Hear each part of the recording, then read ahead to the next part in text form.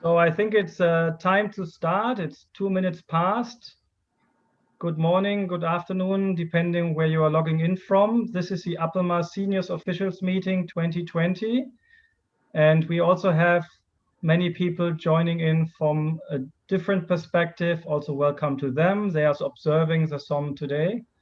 So before I hand over to the first welcome speaker and the keynote address, I would like to say a few things about the mechanics and giving a quick outlook what's going to happen today.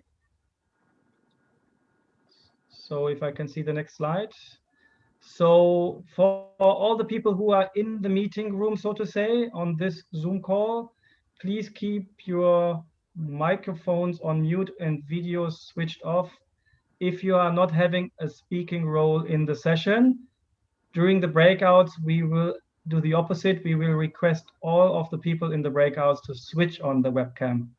So all parts of the SOM will be recorded, so please be aware of that. And we request active participation of all senior officials in the breakout session. Last but not least, if any of our senior officials have not yet communicated their preferred breakout room, you just have to write it into the chat and indicate if you would rather join the surveillance breakout, the financing breakout, or the innovation breakout. And we recommend you to use the speaker view. If you're not so familiar with Zoom, you have a gallery view and a speaker view. So in case there is no PowerPoint presentation, the speaker view is normally more comfortable, except you want to keep an eye on everybody's webcam. So next slide, please. So the session will take 3 hours. We have scheduled a few short breaks of 5 minutes each. We're going to start with session 1, welcome and opening, in 2 minutes from now. Then session 2, review of progress. Then session 3, sustaining momentum on the path to elimination. This is more in the form of a talk show style or short presentation style session. Then session 4, we are going into breakout groups. As I mentioned, there are 3 topics you can choose from if you are in this SOM meeting. Observers also have the chance to observe the breakout conversations via a YouTube link that will be provided when the time comes. And last but not least, we will convene one more time for session 5, developing a call for action. So that's ahead of us. So let's start officially the Senior Officials Meeting 2020. And I have the pleasure to hand over to our host from the government of Vietnam. I have with me here Professor Tran Thanh Dung, the director of the National Institute of Malariology, Parasitology, and Entomology in Vietnam. So he will deliver the welcome remarks and the keynote speech. Professor Dung, the floor is yours. On behalf of NIMP and the government of Vietnam, I would like to thank the distinguished guests for joining the 5th APLMA Senior Official Meeting. We are honored to be joined today by Dr. Pedro Alonso, Director of WHO Global Malaria Program, and Professor Tiki Pagastu, Chair of the APLMA, the Board of Directors. And it has been our privilege to host the Malaria Week meeting this year along APLMA and APLMA. I would like to personally thank you all for joining in today's meeting, and I am looking forward to a productive and insightful discussion. Great progress in Asia and the Pacific. The Asia-Pacific Leader Malaria Alliance (APLMA) was established at 8th East Asia Summit in 2030, with the Prime Minister of Vietnam and Australia serving as a co-chair. In 2014, 18 heads of the government committed to the malaria-free Asia-Pacific by 2030 at the 9th East Asia Summit.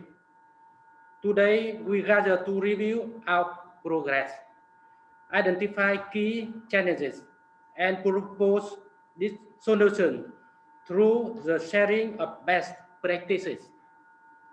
The Asia Pacific is leading in the global movement toward malaria eradication. We have experienced remarkable gains over the past decade due to the demonstrated commitment from leaders, increased financing for the health, both external funding and increasing domestic financing. Development of the innovative tools and approaches, and the engagement of the community and the private sector to enhance the fight. Such investment to support a stronger health system has also supported our regional response to the COVID-19 pandemic. Our region significant progress in the captures in the APLMA leaders dashboard that will be discussed later. At the time when have been increases in malaria in many high burden countries in Africa, the Asia Pacific is making unprecedented gains. The Great Mekong sub-region (GMS) has seen an 80% reduction in cases and 95% reduction of deaths since 2012. This is largely due to the expanded and intensified effort to tackle drug resistance in the GMS, with support from the largest resident global fund grant. In 2018, India reported that the largest reduction in cases, 49% in 1 year, among the high burden countries globally. Vietnam is committed to regional malaria elimination, and we are doing our part. Our Prime Minister, His Excellency Nguyễn Xuân Phúc, and the government of Vietnam remain committed to the 2030 goal of having ASEAN and the Pacific free of malaria. Vietnam has seen an almost 90% decline in malaria cases since 2010.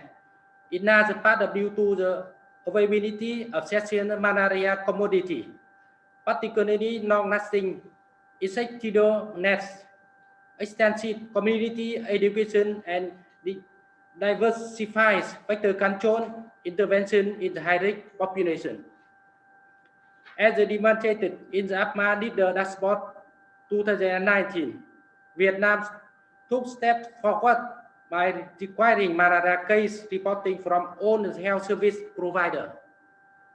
We developed a financing sustainability plan for the elimination so that we can remain on track and prevention reintroduction of malaria once we have stopped local transmission. We recognize in the eliminating malaria, we are building stronger health system to address other communicable and pandemic disease. Eliminating malaria from Vietnam, which improves the health, well-being, and prosperity of all Vietnamese citizens. The APLMA SOM promoted a whole of the government approach. For us to maintain the gain we have experienced, it will require an organized, multi-sectoral approach. It is my honor to welcome government officials from health, finance, foreign, interior, and defense agency to today's meeting. It is through the multi-sectoral engagement that we can move malaria from a health issue to one that inclusive address financing, migration, and population movement, and national security. As the COVID-19 has highlighted for all of us, it's now even more important that we work together across agencies to ensure we tackle the complex health, economic, and social challenges we currently face.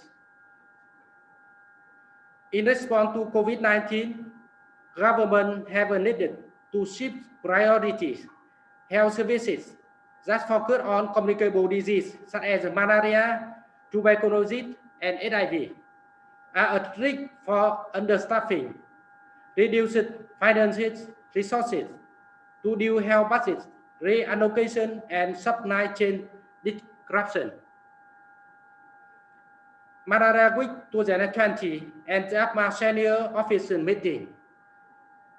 NIMPY and the government of Vietnam are pleased to host Malaria Week 2020 and the 5th Malaria Song.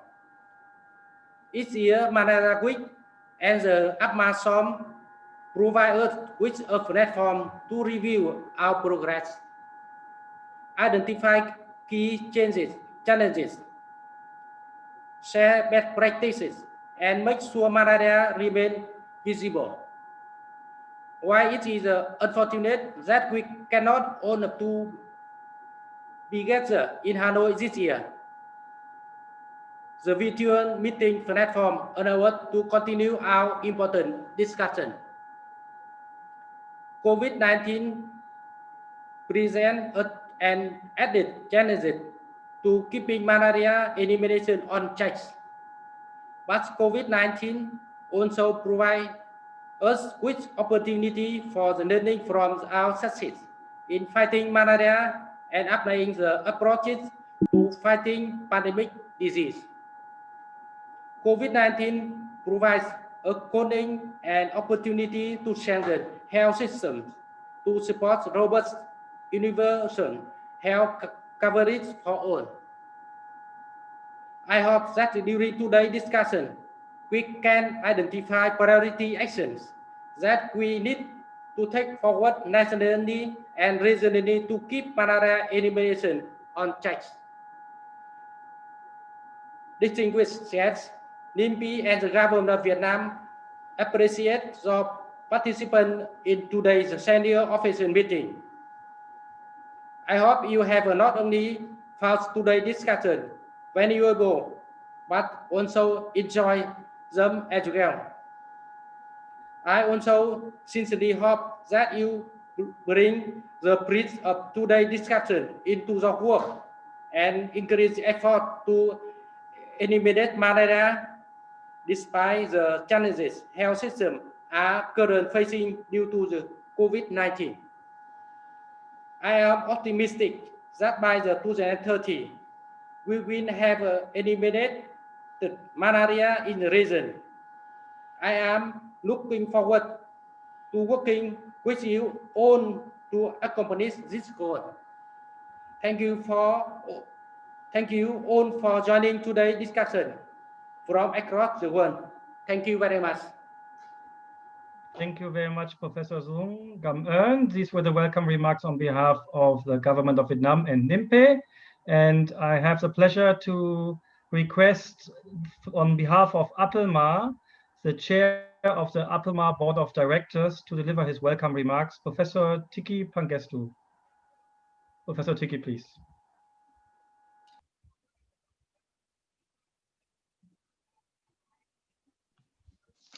Thank you very much, Jost. So let me begin by welcoming everyone to the 5th APLMA SOM on behalf of the APLMA Board of Directors and on behalf of the Secretariat. First of all, I would like to thank Professor Dung and NIMPE and the government of Vietnam for graciously hosting the Malaria Week and the SOM today. We are very, very appreciative of this gesture of hospitality. So the SOM is actually the culmination of what has happened in the previous 3 or 4 days of the Malaria Week. And we welcome senior officials from 22 countries in the Asia and Pacific, and also observers from 68 countries worldwide. So this is truly an international virtual gathering. I won't repeat what Professor Dung has already mentioned. The senior officials meeting with the malaria elimination as something that we keep in mind is really a platform that provides an opportunity for the countries and the partners to review progress, importantly to identify risks, and then to address some of the challenges going forward. And as Jos has already mentioned, culminating at the end of the day with a call for action that will keep us on the momentum towards elimination by 2030. So that's sort of the overall goal and objective of the SOM today. Just to mention that the East Asia Summit have already called for a progress report later this year. That's sort of 5 years after the leaders' malaria elimination roadmap was endorsed by the East Asia Summit. And I think this report and the dashboard demonstrates sort of the good progress that we have made towards the 2030 elimination goal. Finally, once again, to emphasize what Professor Zung has mentioned, COVID has really underscored the importance of strong health systems in terms of surveillance, real-time reporting, data sharing, capacity building, etc., etc. And this underscores once again the importance of countries taking ownership and leadership within their own national context. And this has to happen with an emphasis, as Professor Zung mentioned, on integrated service delivery. It is not just about malaria elimination, it's also to make sure that health systems are robust, are sustainable to deal with the entire range of diseases, either communicable as well as non-communicable diseases. So it needs a holistic strengthening of the health system in sort of an integrated manner. So in this context, APLMA and APMAN will continue working with countries to try and bridge this sort of technical and operational issues and strengthening of health systems. Just to end perhaps on highlighting some of the key messages that we have heard this week, importantly, the need to engage communities and the private sector to enhance efforts to eliminate malaria. This last mile is sometimes the hardest. Surveillance, obviously, very, very important. And I think COVID has really underscored the importance of surveillance, monitoring, contact tracing, for example. And finally, all of this is not going to happen without financing. And this is where political commitment and will from the governments is particularly important. And, you know, I'm a researcher by background. The third message from this week is the importance of innovation and research and development to address many of the challenges moving forward. So welcome once again. I look forward to a productive day and probably see you later during the last session. Thank you, Jos. Thank you very much, Professor Tiki Peng. And I have the honor to introduce you now to our co-chairs for this year's SOM meeting. And these are actually the two gentlemen who have just spoken. So this SOM 2020 will be chaired by Professor Zung and by Professor Tiki Pangestu. And I would request Professor Zung to start session 2 now.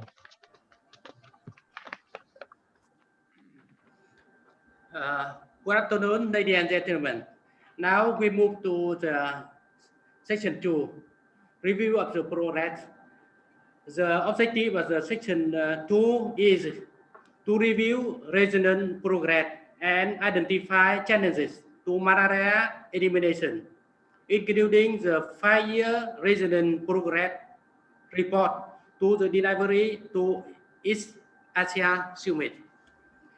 As you know, each year at this meeting, we gather to review the regional progress towards malaria elimination by 2030 and identify risks and that threaten this goal.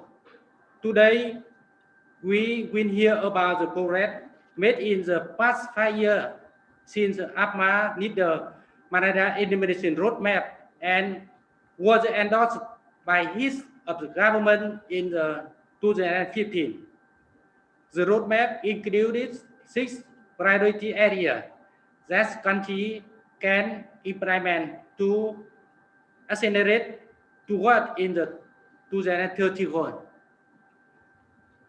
Using the APLMA leader dashboard, we will review the advances made across the roadmap, 6 priority areas at the national level in 22 countries in Asia Pacific. First on in this section, we have 2 presentations. First on the presentation 5 years of the regional progress and priority for accelerating elimination effort. Presenter Dr. Rosa Nani Mudin is the head of the vector-borne disease sector, Ministry of Health in Malaysia. Also, Dr. Rosa will have a representing APLMA in this presentation. For the biography, Dr. Rosa Nani Mudin is a consultant, public health physical, and is the head of the vector-borne disease sector in the Disease Control Division, Ministry of Malaysia. She holds a doctor in medicine, surgery, and obstetrics degree from the State University of Ghent, Belgium, and master in public health of epidemiology from University of Malaysia. Presentation, Dr. Rose will review highlights from the 5-year regional progress report that will deliver to his of the government later this year and will deliver key message from APLMA annual meeting and earlier of the week. I call Dr. Rose. Okay, thank you, Mr. Chairman. And good day to the distinguished member of APLMA Senior Official Meeting. Thank you to APLMA for giving me opportunity to deliver this talk. Next, we have a slide presentation from APLMA and APMAN. Can we have the slide on the screen, please? Thank you.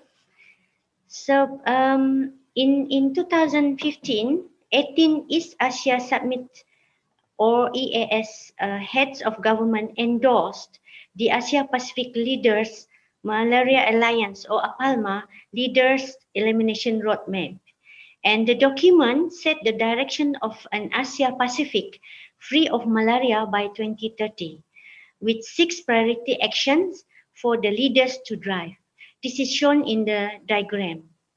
In 2019, in order to ensure the region remains on track to meet its goal for 2030, leaders requested a 5-year report on the progress made in the region to be submitted in the 15th East Asia Summit in 2020. Next slide, please.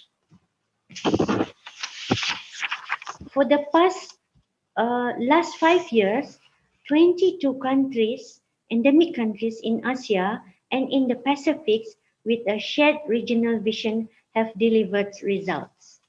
Next slide, please. Many countries have demonstrated significant gains against malaria. For example, Sri Lanka was certified malaria-free in September 2016.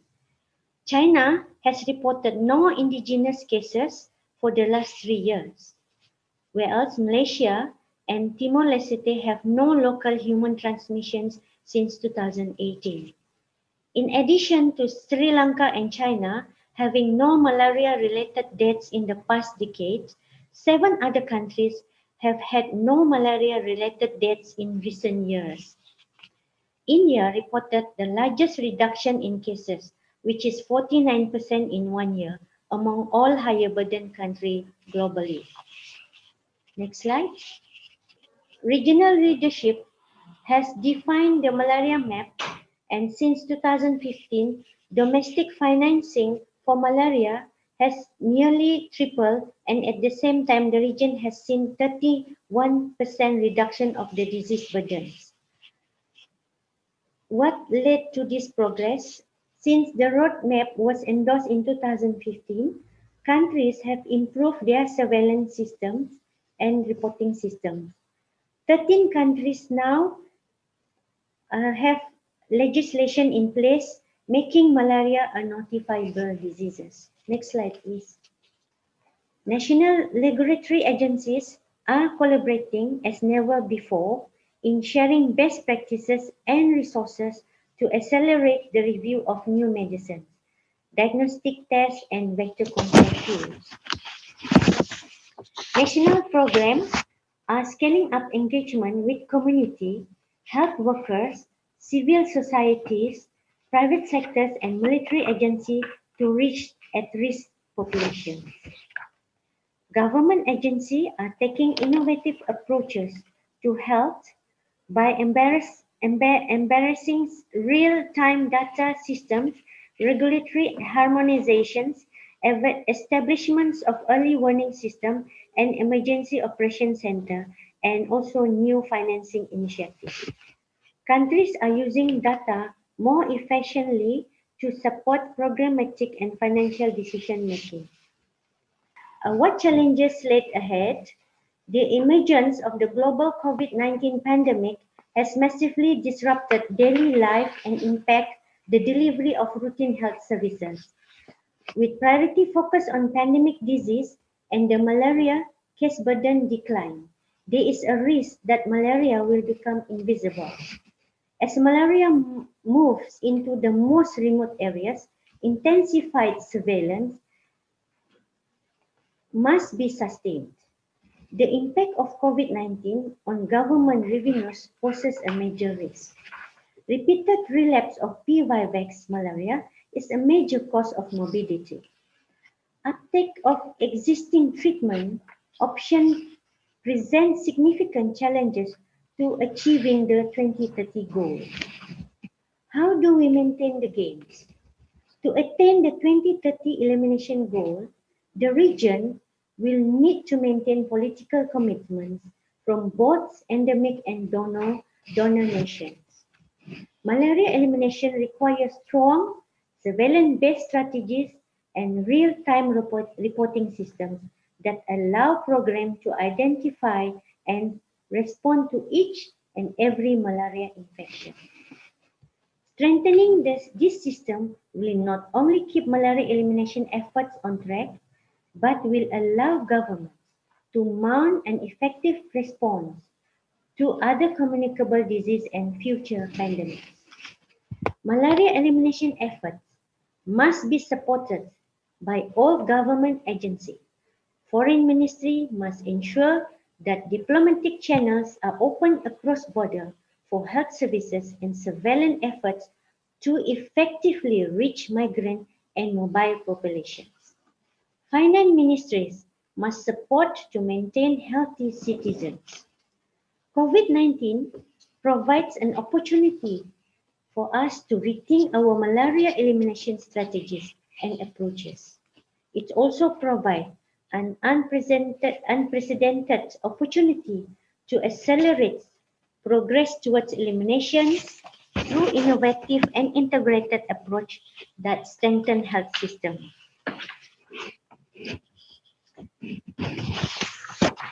APLMA annual meeting held on Monday, 7 September, identified key priorities action to accelerate elimination efforts, which fall into 5 key areas. The 5 priority areas are community engagement, private sector collaborations, enhanced vector control, surveillance, and safe and effective cure for P-Vivax. In area 1, which is the community-based approaches, lessons from eradication campaigns of diseases like polio and smallpox have highlighted the critical role of community engagement in disease elimination. The role and importance of community ownerships and meaningful engagement efforts to build trust cannot be underestimated. Multiple approaches to community engagement are being utilized in Asia Pacific to support vector control, case management, and surveillance challenges. Demonstrated by the experience of National Malaria Program during the current pandemic, a sustainable response for malaria elimination will be possible only when it is situated in the context of integrated health services delivered and in partnership with vulnerable and at-risk communities. It is important to develop multi-sectorial platforms that can bring together national programs, national malaria programs, civil society partners, and other stakeholders to coordinate last-mile response in hard-to-reach areas. As we saw in the APLMA meeting, countries can learn a lot from each other, and therefore documentation of best practices and practical tools to strengthen the technical capacity of non-governmental actors and support regulatory information sharing with private sectors and civil society can facilitate scaling up and monitoring of impactful community engagement practice. In area number 2, where the private sector collaborations, private sector engagement is critical to get to malaria to get to malaria elimination.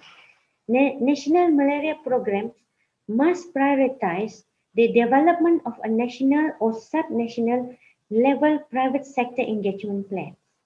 The range of epidemiological, social and health system contexts within Asia Pacific require country-specific identification of the most appropriate opportunities to engage private sector channels.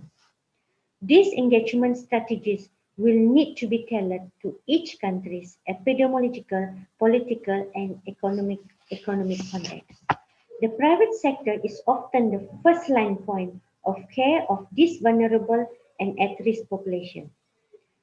An effective elimination strategies require that all cases be detected, reported, and treated, whether in the public or in the private sector. However, the private sector is not routinely included in the malaria elimination program in Asia Pacific.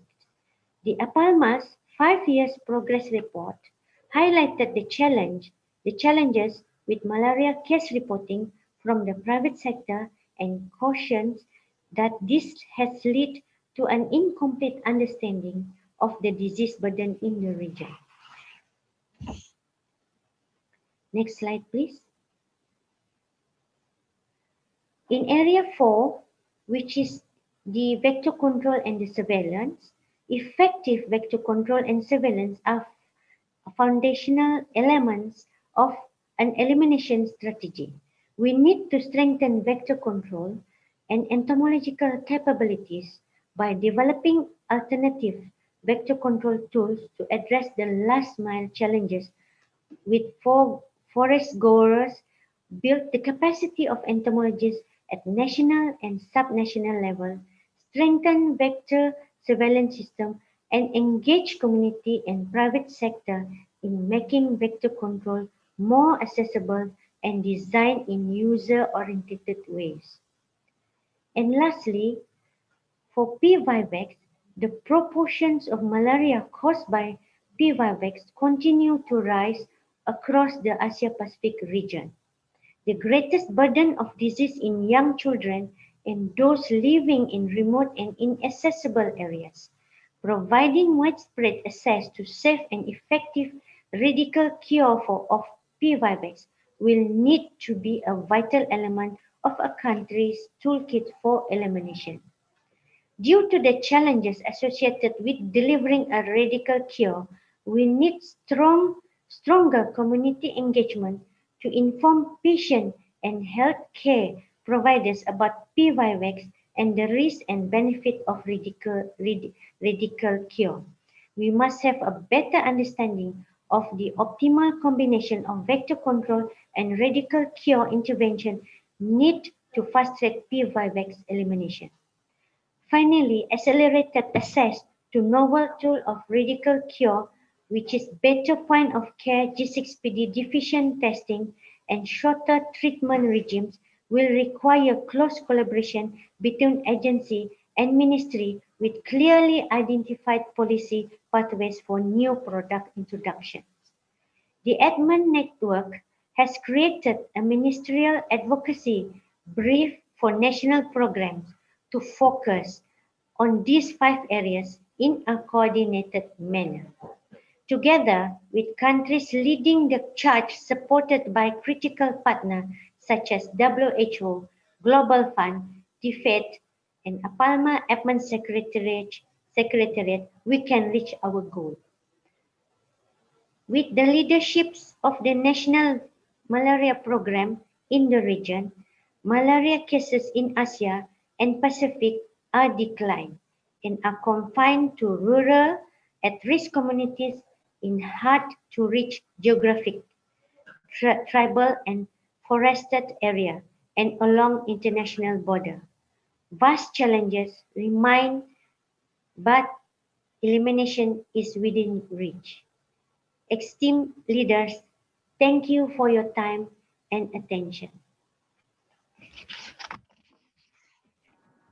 Thank you, Dr. Rose, for presenting a very good, excellent thing. Next presentation is APLMA Leader Dashboard 2019. Presenter Dr. Ngô Đức Thắng is the Chief of Epidemiology Department of National Institute of Malariology, Parasitology and Entomology, NIMPI in Vietnam. Bio Dr. Thắng is the Chief of Epidemiology Department of the NIMPI, Vietnam. He holds MD degree from Hanoi Medical University. Also, he get PhD in the Belgium. Dr. Thang's malaria epidemiology research interest includes sanctioned malaria surveillance, malaria certification, malaria program review, also the malaria elimination model. Dr. Thắng will highlight the regional and national progress made in 2019 towards achieving an 8 milestone included in the dashboard. I call Dr. Thắng. Thank you, Professor Duong. Thank you, the Chair. Distinguished, good afternoon to ladies and gentlemen for taking part in new normal APLMA meeting. As you know, 5 years ago, the region committed to a malaria-free Asia-Pacific and endorsed the APLMA roadmap.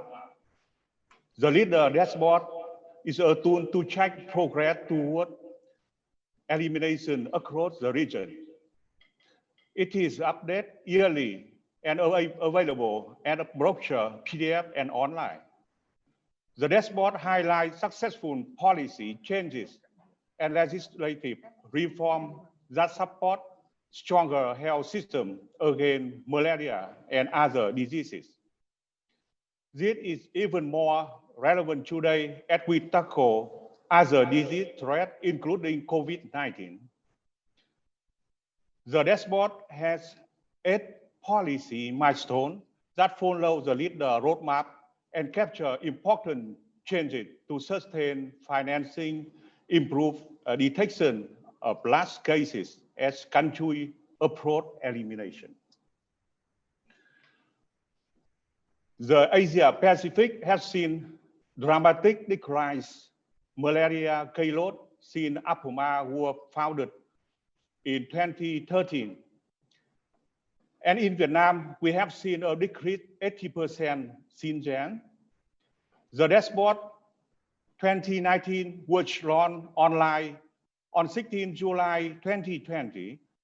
I had pleasure to participate in the launch event on behalf of Vietnam. From Vietnam perspective, this was an opportunity to share more about the process for establishing our financing sustainability plan. The Vietnam government expressed strongly commitment to eliminate malaria by 2030.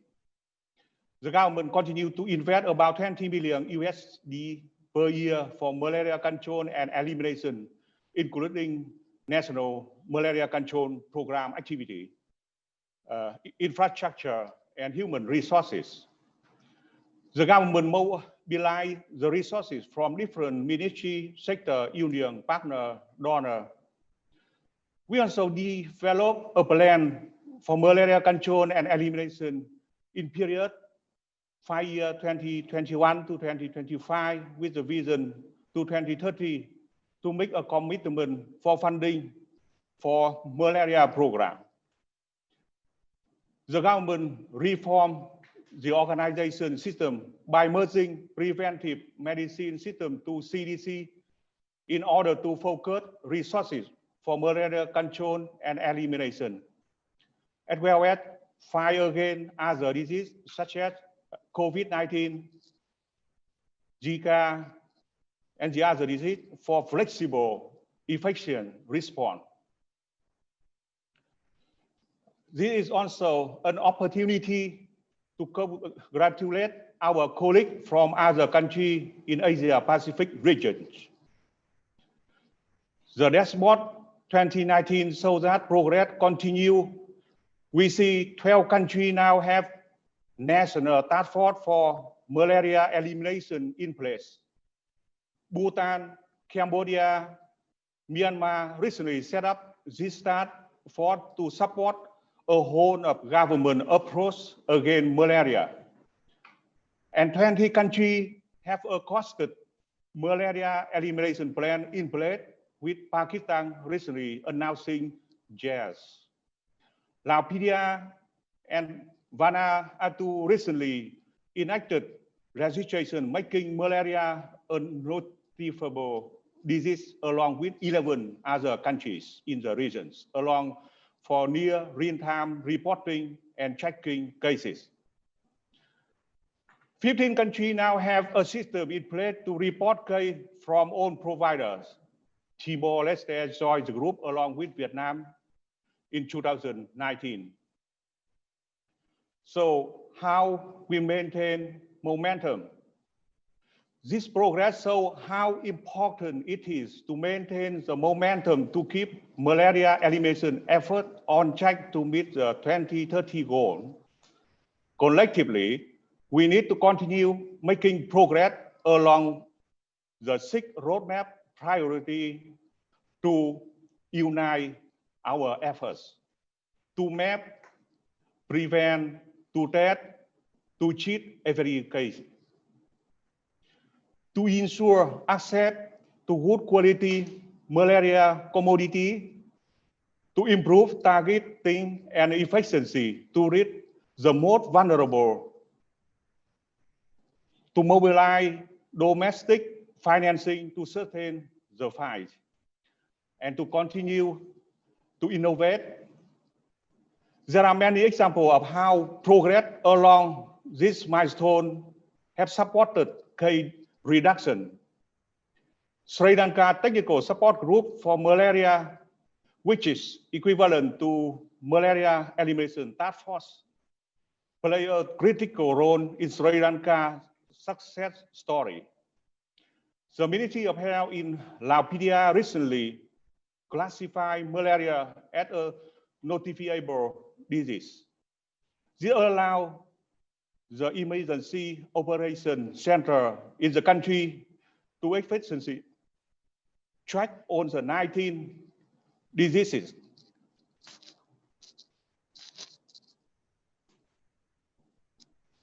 Sorry, the audio have problem.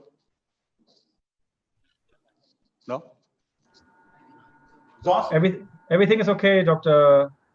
Okay. Tan. Okay. Please continue. It's okay now. Okay. Yeah. In addition, Malaysia, for example, have implemented many innovative web-based tools for malaria surveillance, risk mapping, and foci investigation, allowing them to maintain zero indigenous cases. The dashboard is also a good way to capture policy best practices. The online version hosts a number of case studies and additional information on policy and laws in place across the region. Most milestones have turned green, and to better capture the region progress to elimination in more detail, the APLMA Secretariat could look at the indicator again and propose a plan to refine those.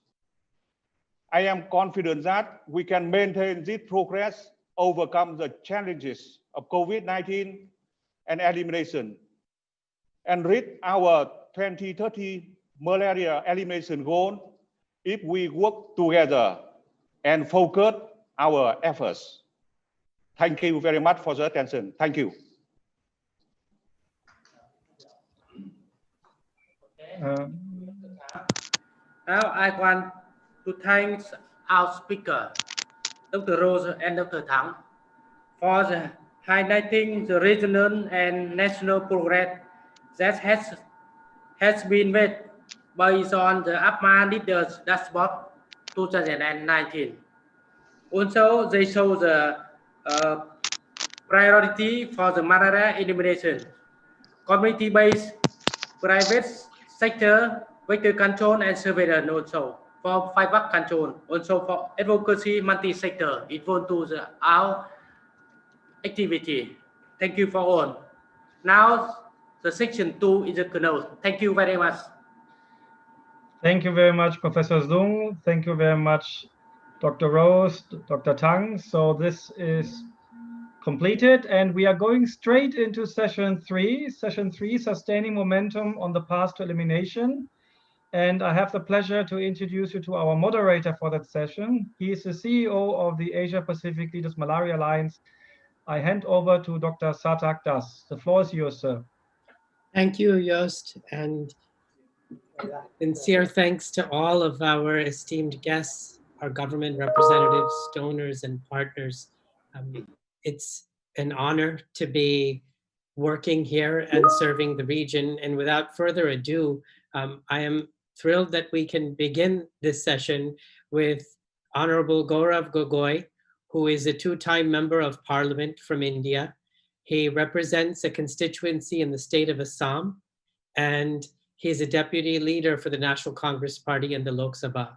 Mr. Gogoi is a founding member of the pan-political Parliamentarians for Malaria Elimination Group in India, the first such effort uniting parliamentarians against malaria in the country.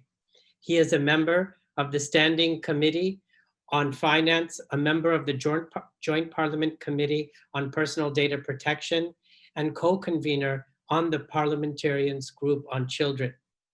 Without further ado, respected sir, the floor is yours. Thank you, Dr. Das. I hope I'm audible. Great. So thank you to Dr. Das and to my fellow participants on this panel and all those who are joining in today's very important conversation. And I hope to have a conversation with all of you, and therefore just present my remarks in a more conversational manner so that we can have a much more thought-provoking discussion.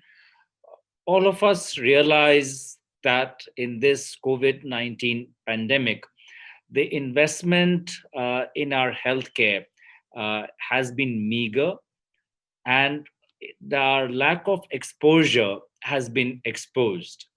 Therefore, the first important step for the world and for countries like India is that once we are out of this COVID phase and we are in the post-COVID world, we have to ramp up our interventions in healthcare, both in urban as well as rural areas.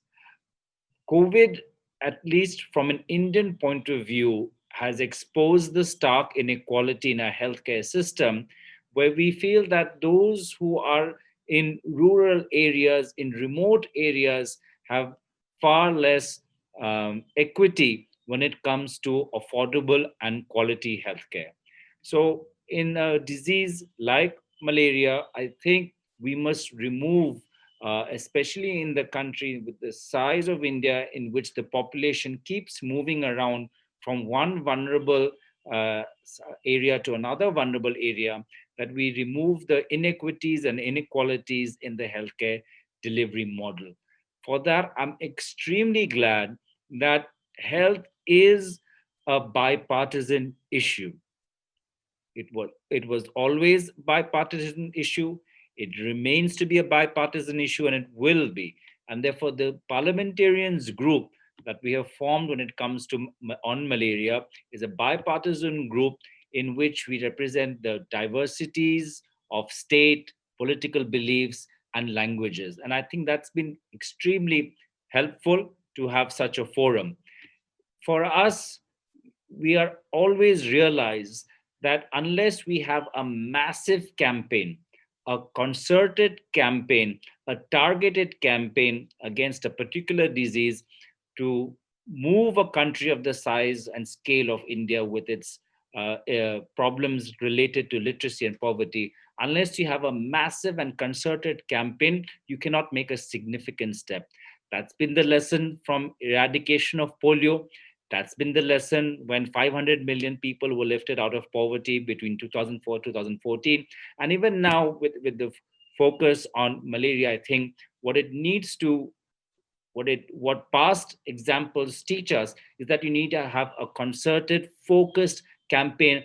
Otherwise, we lose out in the multiple programs and health schemes that are there.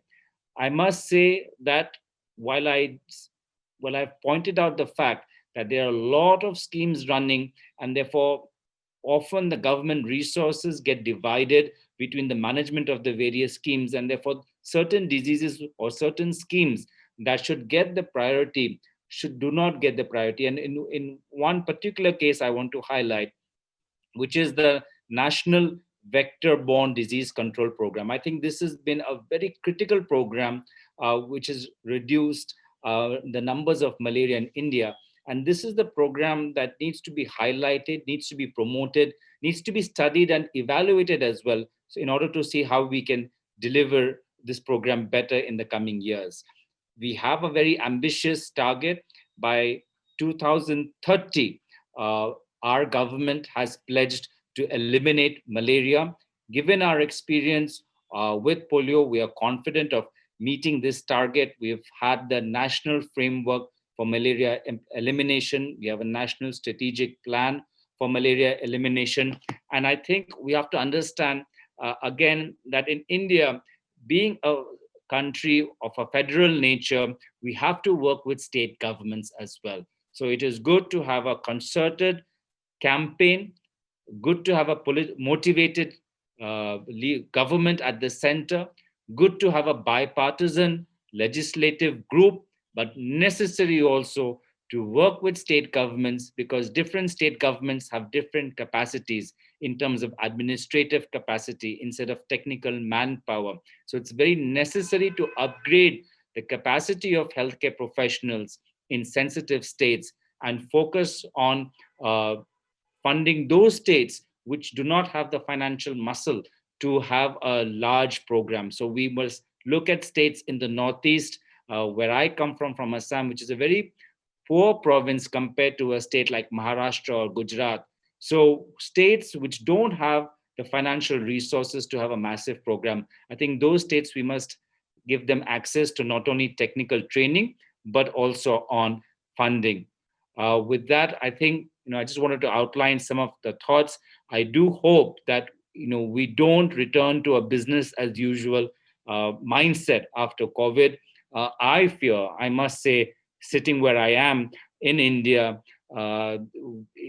we don't seem to be learning enough as we are fighting with COVID when it comes to looking at data, looking at the patterns, looking at how we can predict, or how we can prevent the devastation of a future pandemic like COVID. We need to be learning much more lessons as we are fighting. We need to have access to much more data.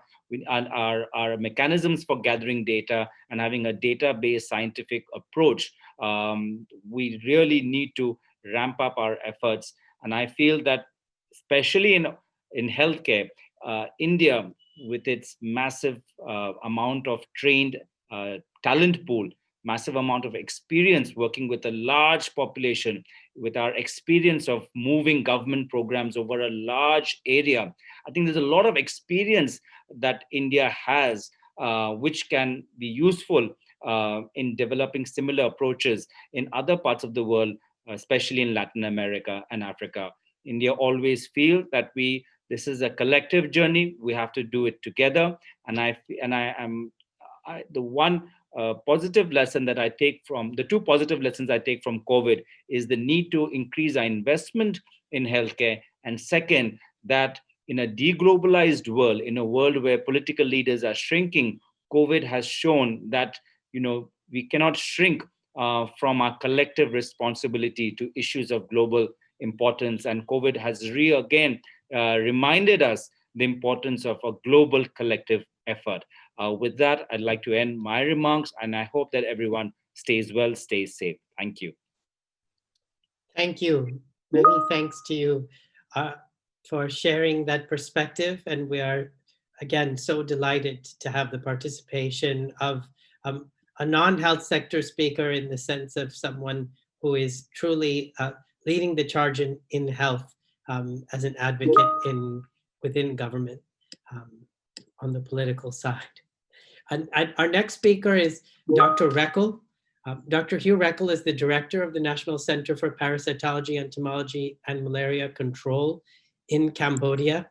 His public health career spans 4 years, and Dr. Reckel strongly advocates for country leadership, ownership, both of which are critical to malaria elimination efforts. So Dr. Reckel, the floor is yours. Good afternoon from Cambodia.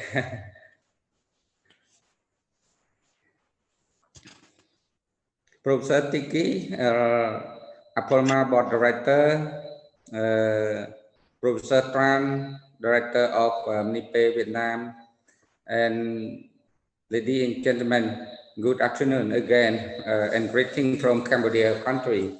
First of all, I also would like to apologize for the Zoom meeting while my boss, Excellency Dr. Van Dien, missing this event due to COVID response immediately.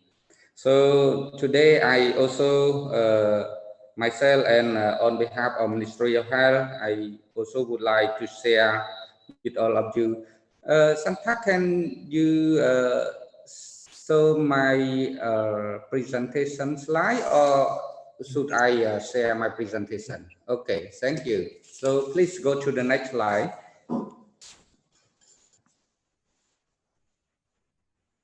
Yes, so during this talking, I also would like to share, especially for the commentary point of the surveillance relating COVID-19, malaria, and including response. So next, please.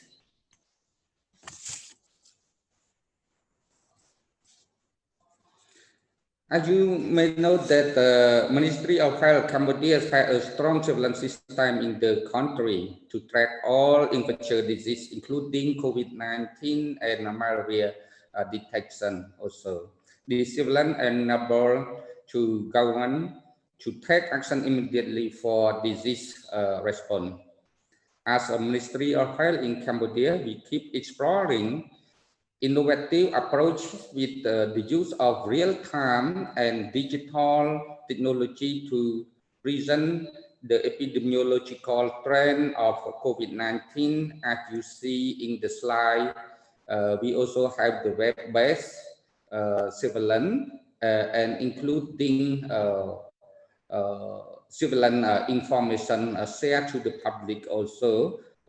And on another hand, we also have a hotline for the public contact and for the information too. So today, Cambodia are peaceful, COVID-19 free in Cambodia. That the total imported case 274 are recovered. Next, please.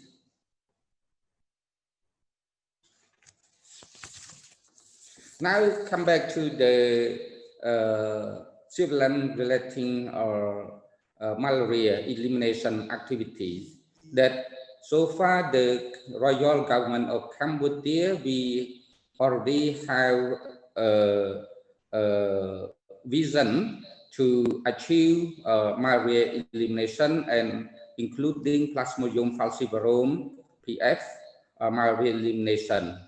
So multi-drug resistant also by 2020 and achieve complete all elimination of all form by 2025.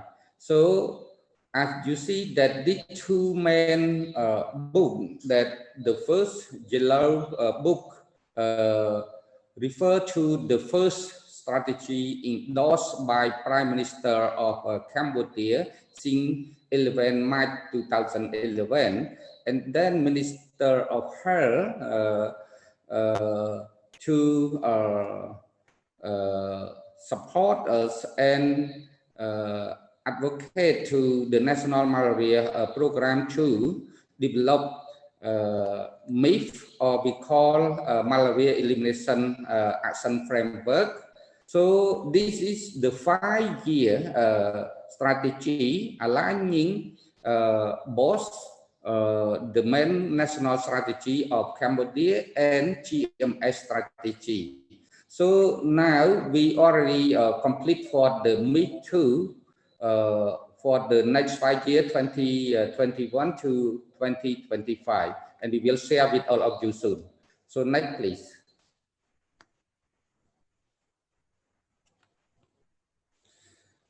From 2018, Plasmodium falciparum elimination effort has been accelerated through the intensification plan. So we call IP. So intensification plan has been targeted to the highest malaria burden area within API more than 20 per thousand population by intensifying routine activity, setting up mobile malaria worker, we call MMW and VMW for outreach activities, and for respect with LLIN net distribution. As a result, Cambodia implementation of robust surveillance and reporting system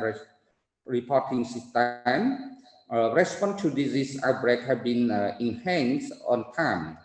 This is demonstrated by the significant decline in all malaria cases by 70%, especially PF malaria cases dramatically declined by 72% from 2018 to 2019, and by 80% from 2019 to 2020 by the end of July. And no malaria-related deaths in 2018, as well as its impressive response to COVID-19 also. The malaria information, please go to the next slide, please. The malaria information system, we call IS, is a robust surveillance system for malaria built by the National Center for Parasitology, Entomology, and Malaria Control in Cambodia that we call CNM. Malaria reporting data is processed in real-time data within 24 hours using the MIS application on tablet and mobile phone by the health facility and community network that we call VMW and MMW. Next, please.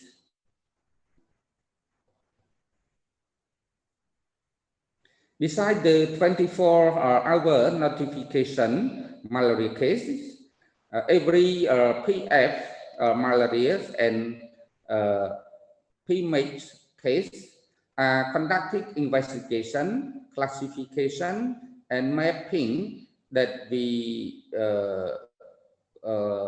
produce GPS coordinates for precising target at risk population and utilizing resources to contain the disease. Moreover, MIS consists an advantage tool for outbreak detection through automated data analysis and information for the users on policy making, accounting for seasonal variation and other predictive factors. Next, please.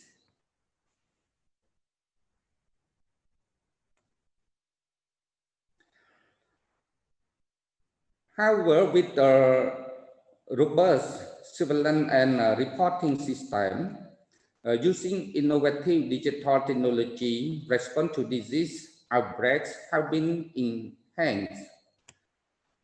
Cambodia remains confident that it will achieve the goal of eliminating PF and MAIDS cases by the end of this year, and aim to share lessons learned and serve as an example for other countries working toward malaria elimination. So thank you very much for your kind attention.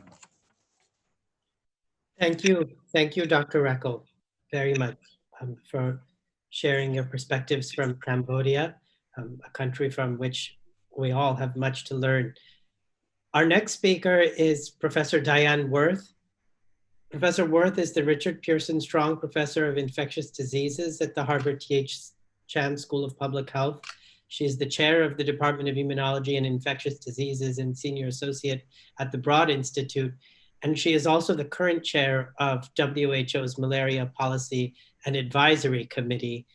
And in addition to all of that, and apart from being a pioneer in malaria research and entirely new pioneering insights into how the malaria parasite has evolved, Professor Worth has decided to wake up at 2 in the morning to join us from Boston. So thank you so much for making the time to join us, and the floor is yours. Thank you very much. And distinguished co-chairs, guests, fellow speakers, it is really a pleasure to be here, and thank you very much for the invitation. I'm going to make a few comments looking at the malaria problem both from the global burden and then highlighting where I think Asia Pacific is really leading the world, both in thinking, in innovation, and I think you should be applauded, but of course, there are also challenges. And I think the urgency of the COVID-19 pandemic has really highlighted the need for the malaria community to rethink its strategy. There's been an increasing recognition at the global level over the past few years that we are, as a world, not on track to achieve the ambitious goals of greatly reduced malaria burden. That's primarily in the high burden countries in sub-Saharan Africa and India, and elimination set out in the global technical strategy for malaria. We need a course correction, and I think the pandemic has given us that opportunity to rethink our strategy.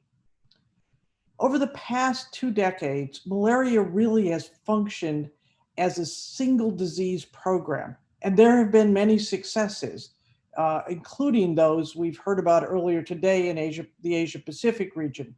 Sri Lanka is certified malaria-free, China is en route to certification, Vietnam is a 90% reduction, and India, one of the high burden countries, has dramatically reduced the number of cases in the past couple of years.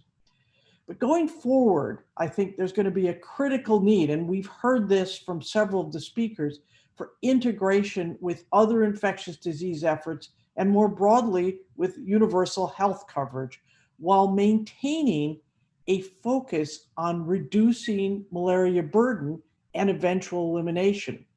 From a global perspective, the Asia Pacific region is at the cutting edge of this integration and the rethinking needed to achieve that.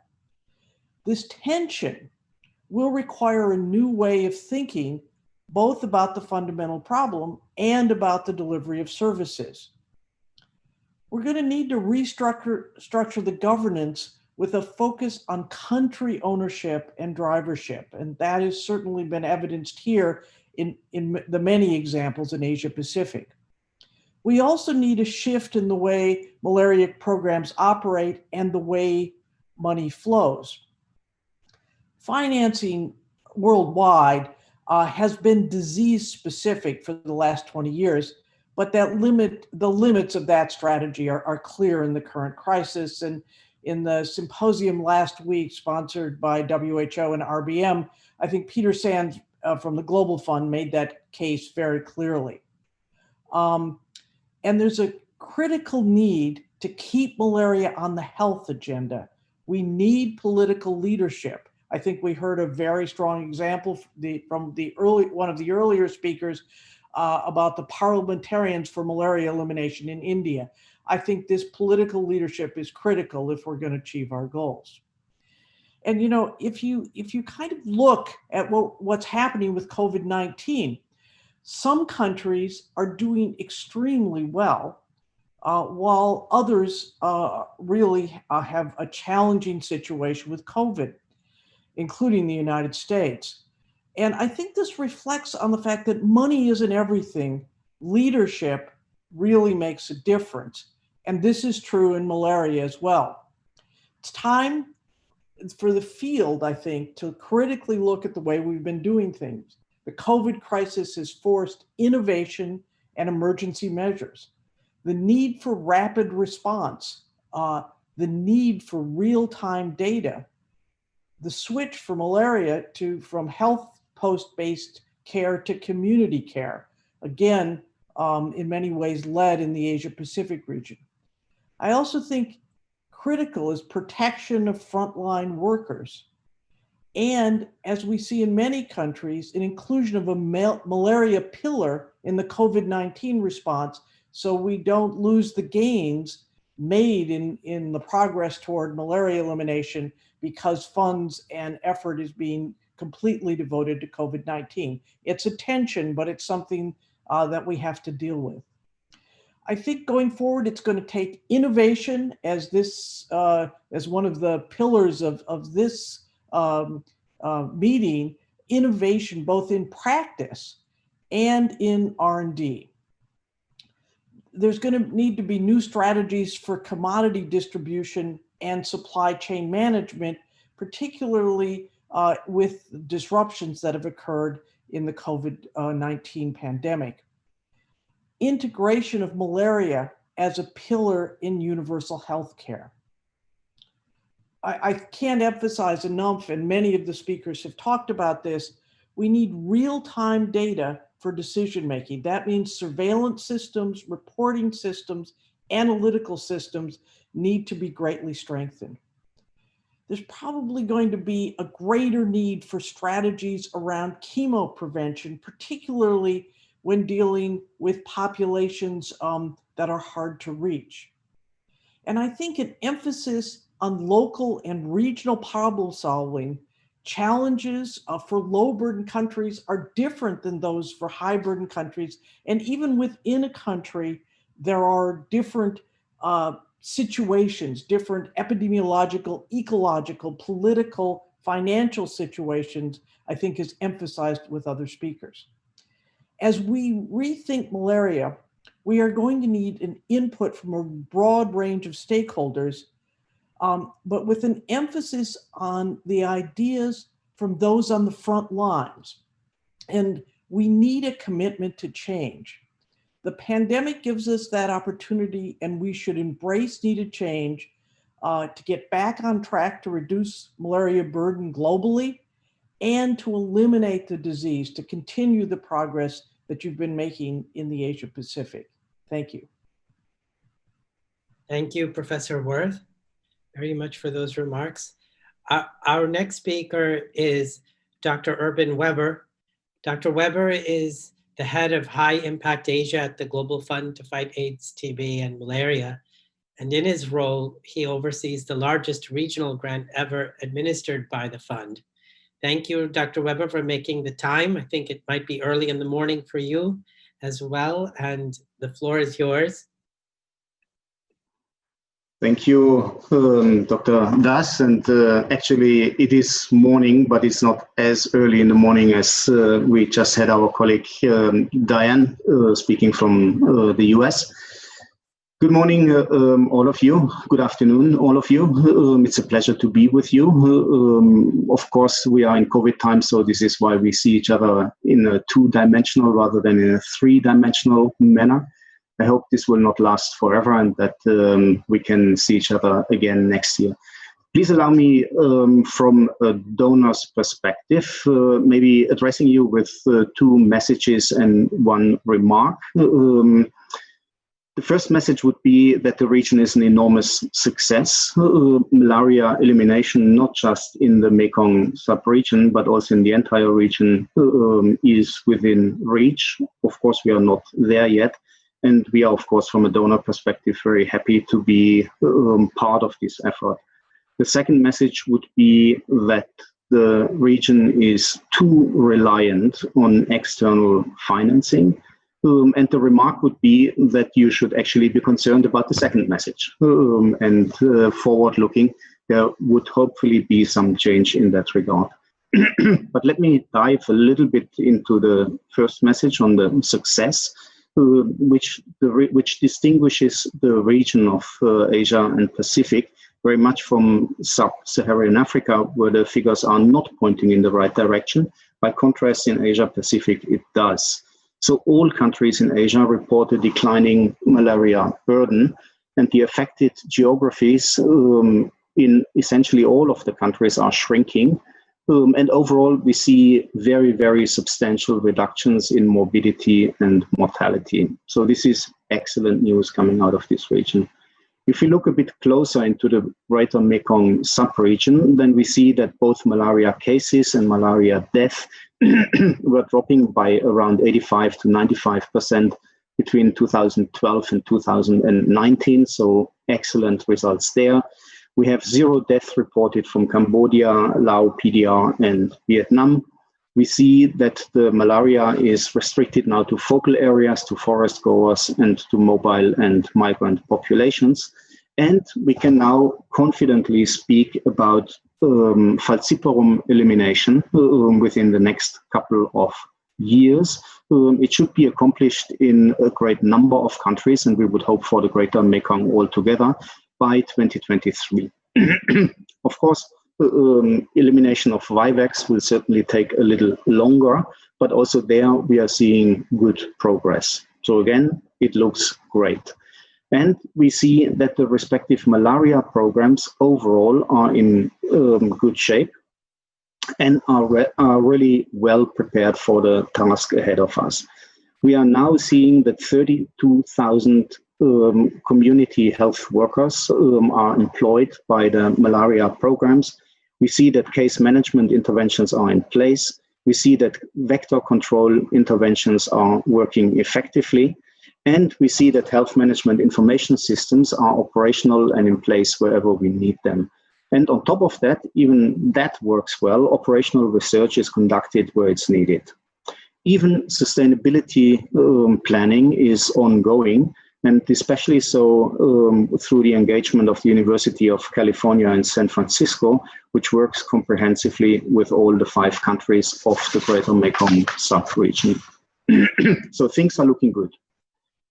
The second message, which is about the reliance on external financial support, there we have good news and we have some areas for concern. So the good news is that by and large, the fight against malaria in the region is probably sufficiently funded at this moment in time. And also, the Global Fund was experiencing an extraordinarily successful replenishment in 2019. So this allowed an increase in support for the 3 diseases globally of 10%, and also the Asia Pacific region was observing an increase of roughly 10% in its allocation compared to the current implementation period. So the current one is from 2018 to 2020, so ending very soon. And the next implementation period is from 2021 to 23. But if we look at the malaria case, the reduced disease burden in the region has resulted in a shrinking allocation for malaria interventions in Asia Pacific, and certainly for high impact Asia, by roughly 10%. So when we have a current funding envelope of $428 million, we are going down in the next period to $386 million. And this also means, because overall the contribution or the allocation of the Global Fund was increasing, of the general envelope, the percentage of malaria funding is actually decreasing now. So when it is currently 22% of the high impact Asia funds going for malaria, it will only be 18% moving forward into the next 3 years implementation cycle. And on top of that, a portion of the current funding is the regional grant that you were referring to in introducing my contribution. This is now the 3rd time that the Global Fund has allocated 120 million roughly, in addition to what the disease burden formula would allocate to the region. And this is, of course, because of the threat of artemisinin resistance in the region, for which there is only one meaningful response, and this would be the elimination of falciparum as soon as we possibly can. So forward-looking, it would appear that the region should be prepared for an increase in domestic financing. And the question would be how this can be achieved. And we believe, from an external donor perspective, that the preparation for that should commence actually now, so that the region is able to take on a greater share of financing in the fight against malaria as of the year of 2023, possibly, but certainly as of 2024. And I'm looking forward to additional elaborations on how this could be achieved during the breakout sessions. So thank you very much for your attention. Thank you, Dr. Weber. Thank you very much. Our last speaker in this section is Dr. Kenneth Staley. Dr. Staley is the U.S. Global Malaria Coordinator and the lead of the U.S. President's Malaria Initiative, which is a collaborative U.S. government effort led by USAID in conjunction with the CDC, Department of State, the White House, and others. In March of this year, Dr. Staley was appointed to lead the USAID COVID-19 task force. Prior to his appointment, Dr. Staley was a consultant at McKinsey, where he assisted with large public health crisis responses, including Ebola and MERS. It is also worthy to note that Dr. Staley has also gotten up in the middle of the pre-dawn hours to join us from the US, and we're so grateful and honored to have you as well. Thank you so much for making the time and doing the pre-dawn ritual to get on Zoom with us. So over to you, Dr. Staley. Well, thanks. And if I'd known Diane was actually in my time zone, I think I would have asked her. We should have called each other just to make sure we both got up. But no, I'm thrilled to be here, and I want to say thanks very much to all of you for having me. You know, I think I think the first thing I want to say before I launch into anything else is that I want to congratulate our partners in the Greater Mekong subregion who work with the President's Malaria Initiative every day on all the progress that we've been able to make over the past years. And I look forward to continuing our work together. I think if there's a message that the last 6 months has given us in the malaria community, it's frankly that we must focus on COVID-19, but we can't do that at the expense of other health priorities. It just can't be as one or the other. And as the person who, for USAID, led our response to COVID for the last 6 months, I can tell you that one plank of our response was to make sure that we were responding to COVID. The other significant plank of our response was to ensure that we continued all of the life-saving activities that we do in partnership with countries around the world. So those are some overarching thoughts. Let me just give you a quick overview of where I'm coming from and what PMI is for those who may not be familiar. PMI is a cross-governmental initiative led by me at USAID and co-implemented with the Centers for Disease Control. It was launched in 2005 by President George W. Bush. This is actually our 15th anniversary year. We were originally envisioned as a 5-year initiative in 15 malaria endemic countries. But thanks to incredible bipartisan support from our Congress and from the people of the United States, we've expanded to 24 African countries and to the greater Mekong subregion over the last 15 years. Since 2011, we've partnered with Cambodia, Thailand, and Burma. And through our regional platform in Thailand, we've extended our support to Laos. So we're thrilled to be here. And I think it's worth thinking about why we as PMI are working with folks here in the greater Mekong subregion. We have a long-standing investment in a network of anti-malarial drug resistance monitoring sites in the GMS. And building on those investments, we've expanded our areas of focus to include investments in strengthening case management, surveillance, and response, and to fill in gaps in commodity needs. Coinciding with the start of our program investments and new evidence that drug resistance didn't just spread from hotspots, but could arise de novo, we've had a strategic shift by countries and partners in the region away from containing drug resistance to pursuing total malaria elimination, which is the best and most sustainable approach to resistance. I'd also note that PMI works with countries and partners to prevent the reestablishment of malaria in areas where transmission has been interrupted. The Global Fund, as you heard, is the biggest external financer of malaria programs in the GMS, and we work closely with the Global Fund on a day-to-day basis. Although we're a more modest funder in the region, we are proud that we have boots on the ground with technical and operational support to the fantastic national program efforts that are here. So I think that elimination by 2030 in this region is absolutely within our grasp, but I think the tagline here is that we can't let up. You've all set bold targets and you've made incredible progress towards elimination. The most recent World Malaria Report had dramatic malaria reductions in the region, particularly against falciparum.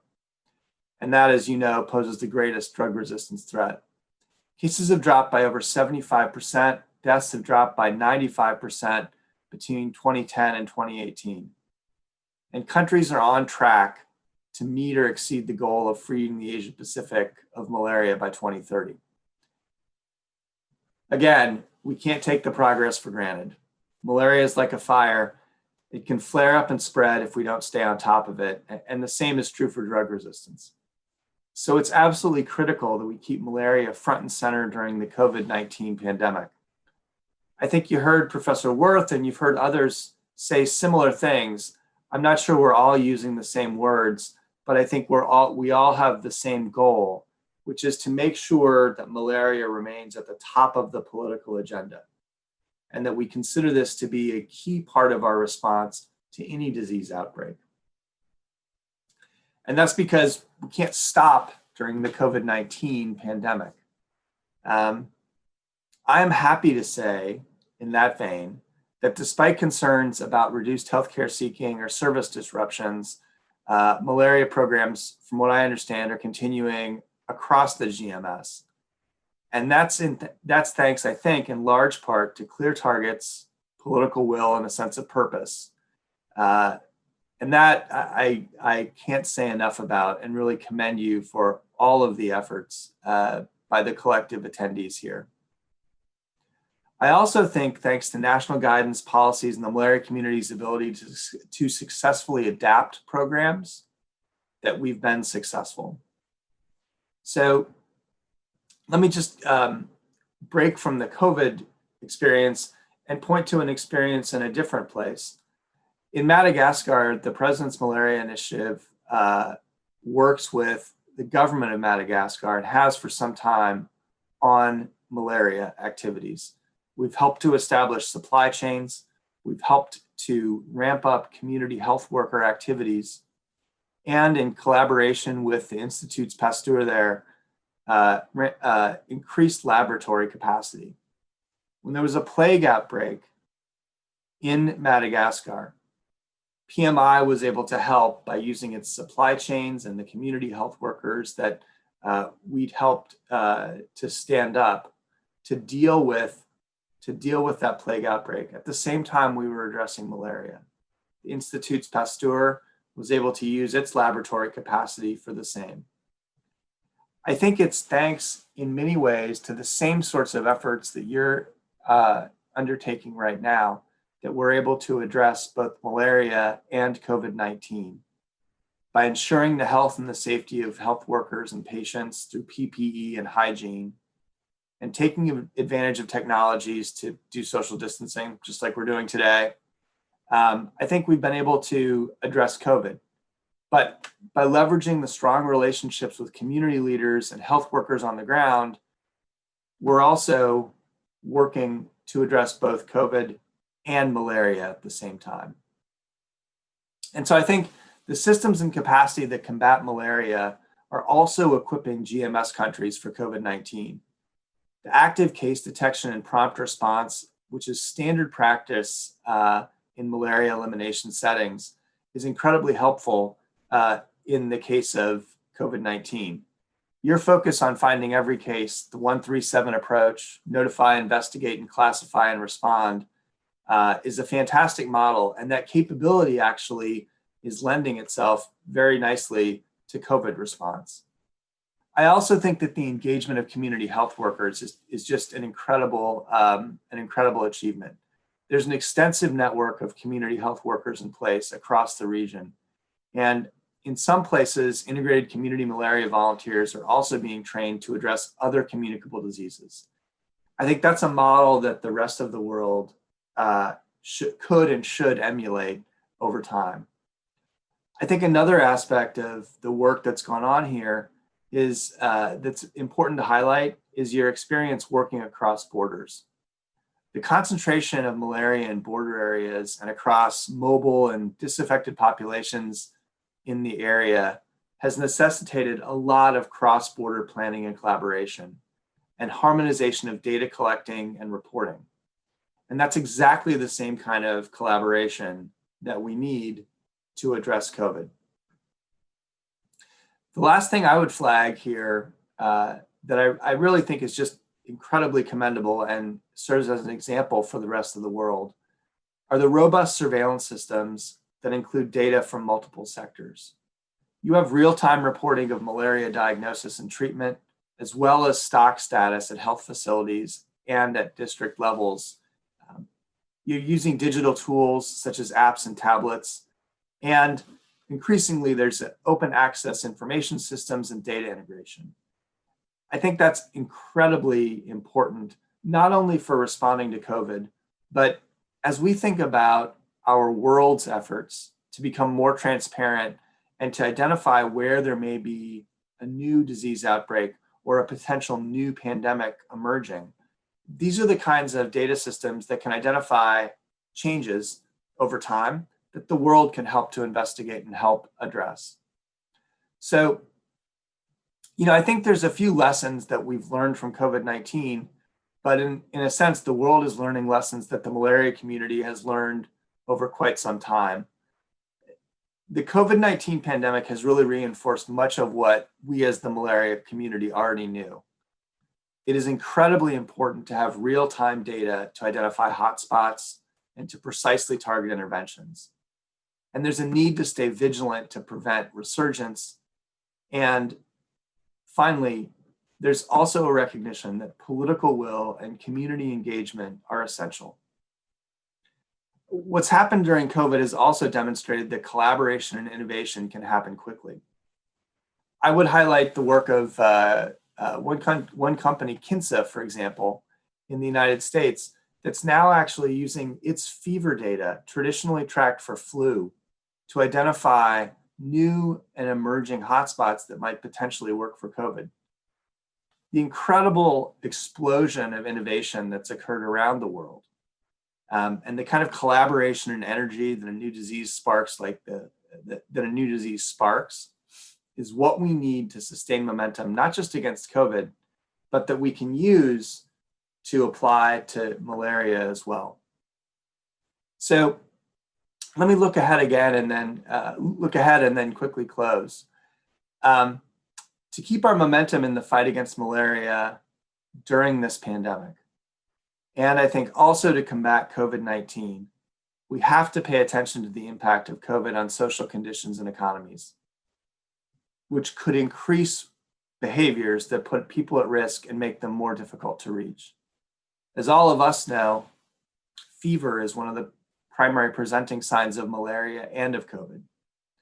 In today's world, many people are more afraid actually to seek care because of their fear of going to healthcare areas where COVID may be present. And in some cases, there's actually encouragement, if there are fevers, not to stay home and not go to health facilities.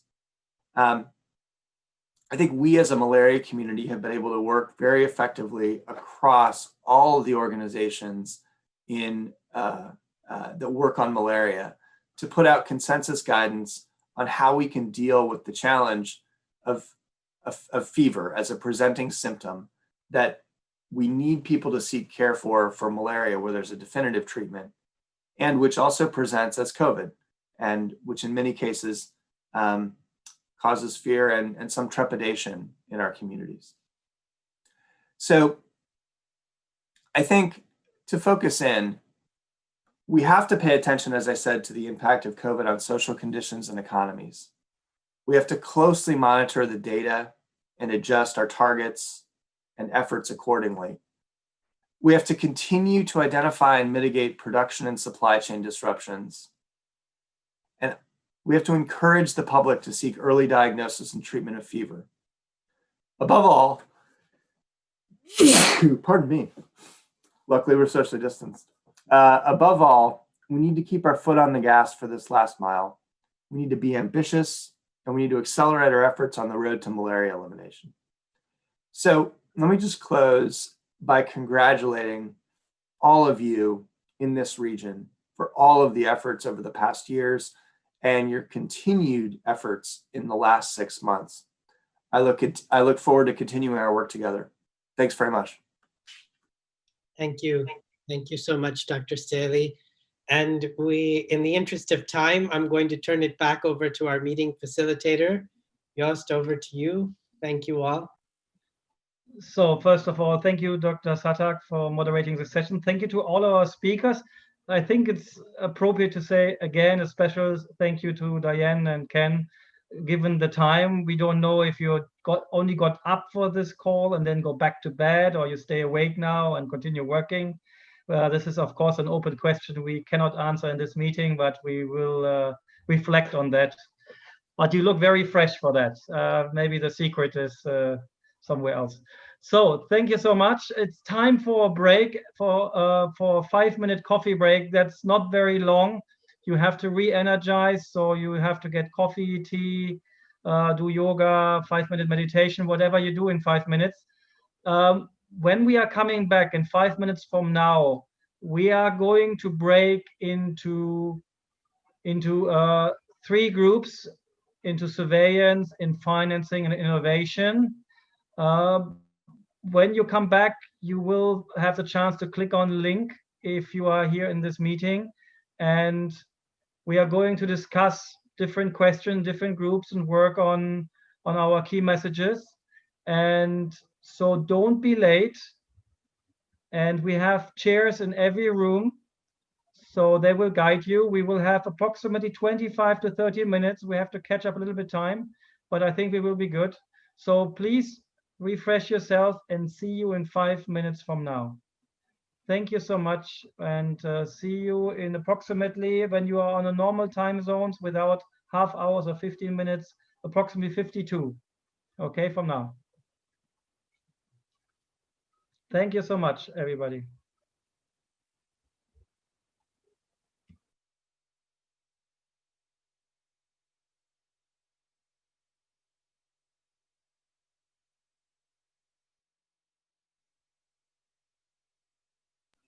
Okay. So I think it's time slowly to come back, and so I hope you're all there. I give you maybe 1 minute, so you can also switch on your webcam in the Zoom meeting. So that's also a good sign for me that you are there. Stay on mute, but please remember, when you are going into the breakout rooms, you are highly encouraged to show your face. Yes, so that we actually have the feeling we talk to each other. So we have 3 groups, and I think now in a second we will actually start showing you the link for going into the breakout rooms. We have 3 breakout rooms. We have one on surveillance with co-chaired by Dr. Kamal Azin and Satak Das. We have sustaining health financing chaired by Dr. Peter Colley, and we have harnessing innovation with Dr. Lay and Dr. Rajiv. So the link is now visible. Please press on it, and they will guide you. Dr. Lay is there, Dr. Peter, everybody on the way. Just press join, and off you go.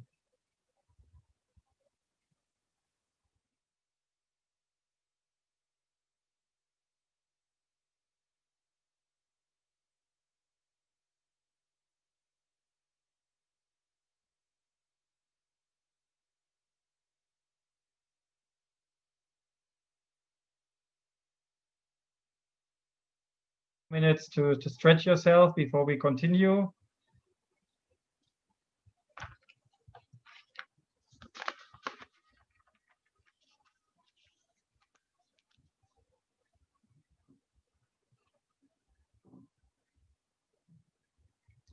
And I understand that every breakout room is trying to compile a slide in record time.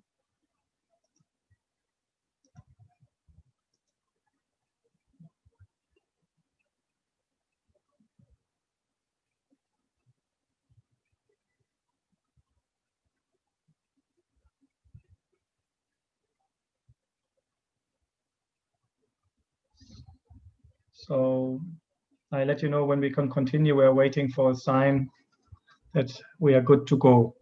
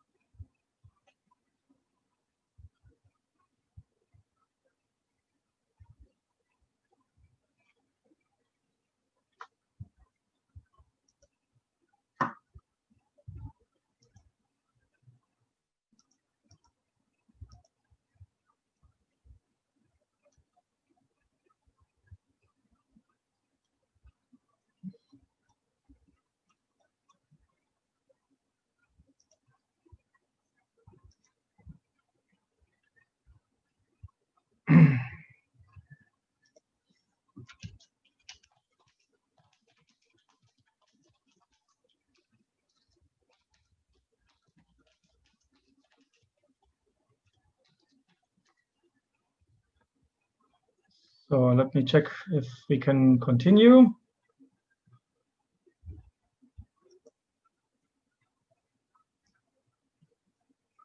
Professor Tiki is already there.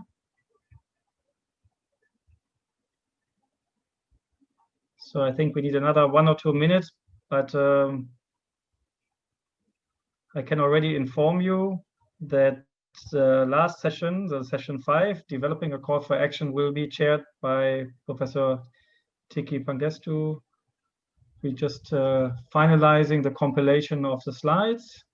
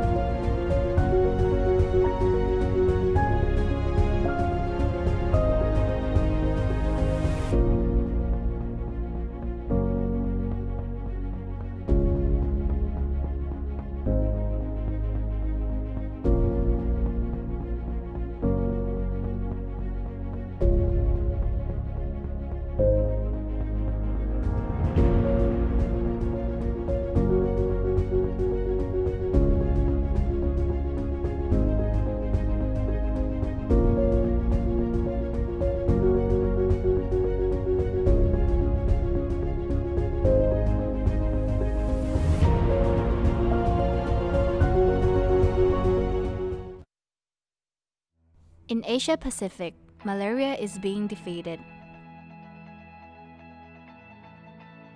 Since 2016, leaders in Asia Pacific have used the APLMA Leaders Dashboard to track progress towards policy reforms in 22 countries in support of eliminating malaria by 2030. The Leaders Dashboard is a mechanism to keep track of the region's progress towards elimination.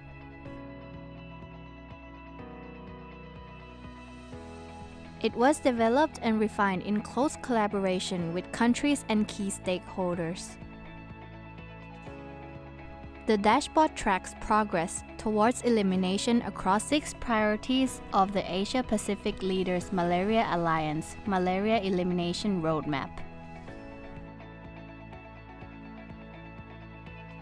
1. Unite national efforts and regional actions. 2. Map, prevent, test, and treat the disease everywhere. 3. Ensure high-quality malaria services, tests, medicines, nets, and insecticides. 4. Improve targeting and efficiency to maximize impact. 5. Mobilize domestic financing and leverage external support. 6. Innovate for elimination. Since 2016, countries have demonstrated remarkable progress. In 2016, Sri Lanka was certified malaria-free. China reported no indigenous cases since 2017, and since 2018, there have been no cases reported in Malaysia and Timor-Leste. 8 other countries in Asia-Pacific now have fewer than 10,000 indigenous cases. Triple domestic financing compared to the 2012 to 2014 period. In 2 years, we have seen 20 new greens for 13 countries across the different policy milestones. Building on this momentum, The 2019 Leaders Dashboard demonstrates a story of optimism. Here are 5 key takeaways from this year's results.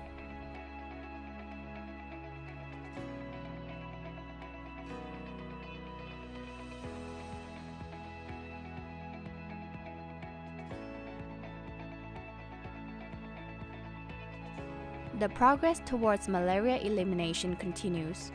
Out of the 22 tracked malaria endemic countries in the Asia-Pacific region, 12 countries have a national task force for malaria elimination in place. 20 countries have a costed malaria elimination plan in place. 13 countries have a legislation in place to make malaria a notifiable disease. 15 countries have a system in place to report cases from all providers. We're building a strong foundation for the future. As more countries become on track on policy indicators,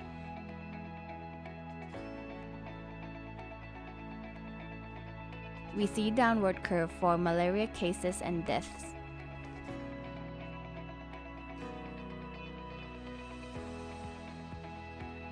Plasmodium falciparum malaria is declining rapidly in the GMS.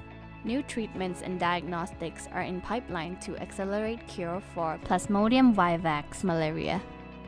We note a steady increase in domestic financing, leading to better resource mobilization. By collaborating across ministries, countries are able to tackle health priorities more effectively. We still face last-mile challenges to elimination. Anti-malarial drug resistance and insecticide resistance continue to threaten progress. Burden of relapsing P. vivax malaria continues to rise. Lack of real-time data reporting and sharing across borders. Focusing on key strategies is critical. These indicators also serve as cornerstones required to effectively address existing threats like malaria and emerging new ones such as COVID-19. Every country is contributing to the larger regional fight. Through strong national commitment and effective collaboration from a wide range of actors, Asia-Pacific is positioned to deliver on the promise of a malaria-free Asia-Pacific by 2030. 2020 signals our last decade to defeat malaria. We need to stay the course. Asia-Pacific is at the forefront of a global movement to eliminate malaria. The last 5 years have shown us what we can achieve when we work together. Amidst COVID-19, let us use this opportunity to protect ourselves from both malaria and emerging health threats. With bold leadership, vision, and adequate financing, countries can address drug resistance and build strong health systems. Let us be the generation to end malaria for good.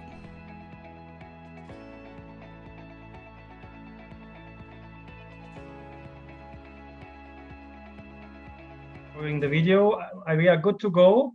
Sorry for the delay, and I have the pleasure to hand over for session 5 to Professor Tiki. Thank you very much, Joost. So this is a session to try and get to developing a call for action. Okay, so welcome to this final session. I hope you have had productive discussions in the various breakout groups, and importantly, were able to identify some key actions and messages to include in the final call. Of course, the ultimate hope is that this call will accelerate the efforts to overcome the various challenges we currently face. So what I would like to do now is to invite each group to provide a quick summary in 5 minutes, no more. Thank you. In terms of what you had come up with during the breakout discussion. So let me begin by inviting the rapporteur for Group A on surveillance to quickly share with us the key action messages. Over to you.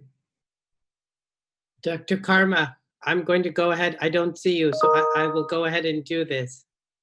Dr. Karma? Yes, okay.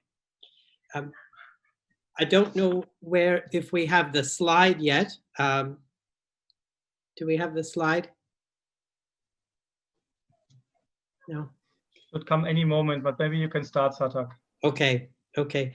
I think the critical piece that was shared from our group that was discussed was one, how could one thing that the Secretariat could do was support the ability to, first of all, provide coherent information in the form of a checklist as to what kinds of surveillance methods are being deployed in which countries and in what ways.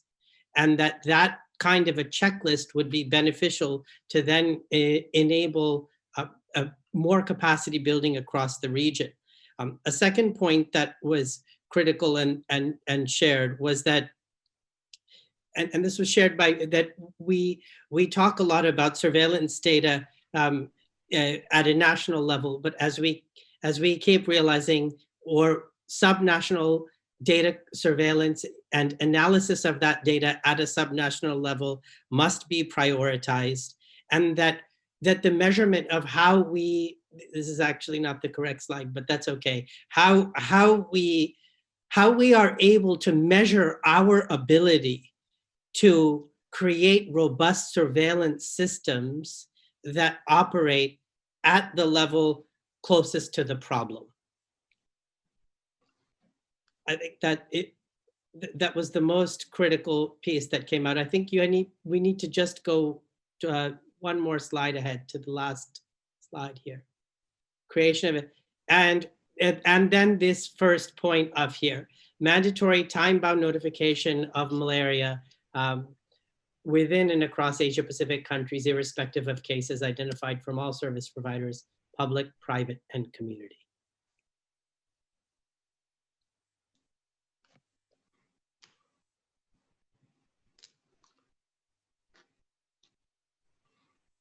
Okay, thank you very much, Satak, for that succinct summary from the surveillance group. So let me now move on to invite the rapporteur from the financing group to present their conclusions and recommendations.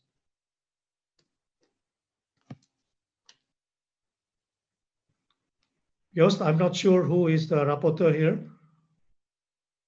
I'm not sure too. It's Dr. Peter Cowley. Thank you, Patrick. Dr. Peter, please.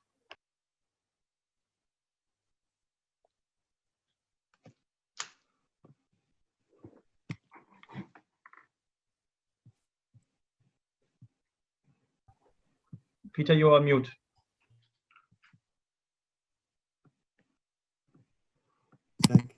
Was I putting it up or were you, Sonia? The relevant slide. It's being uploaded by Entree Media. They're uploading it right now. Okay, okay. I'll just, if everyone would mind being patient for just 2 moments, please.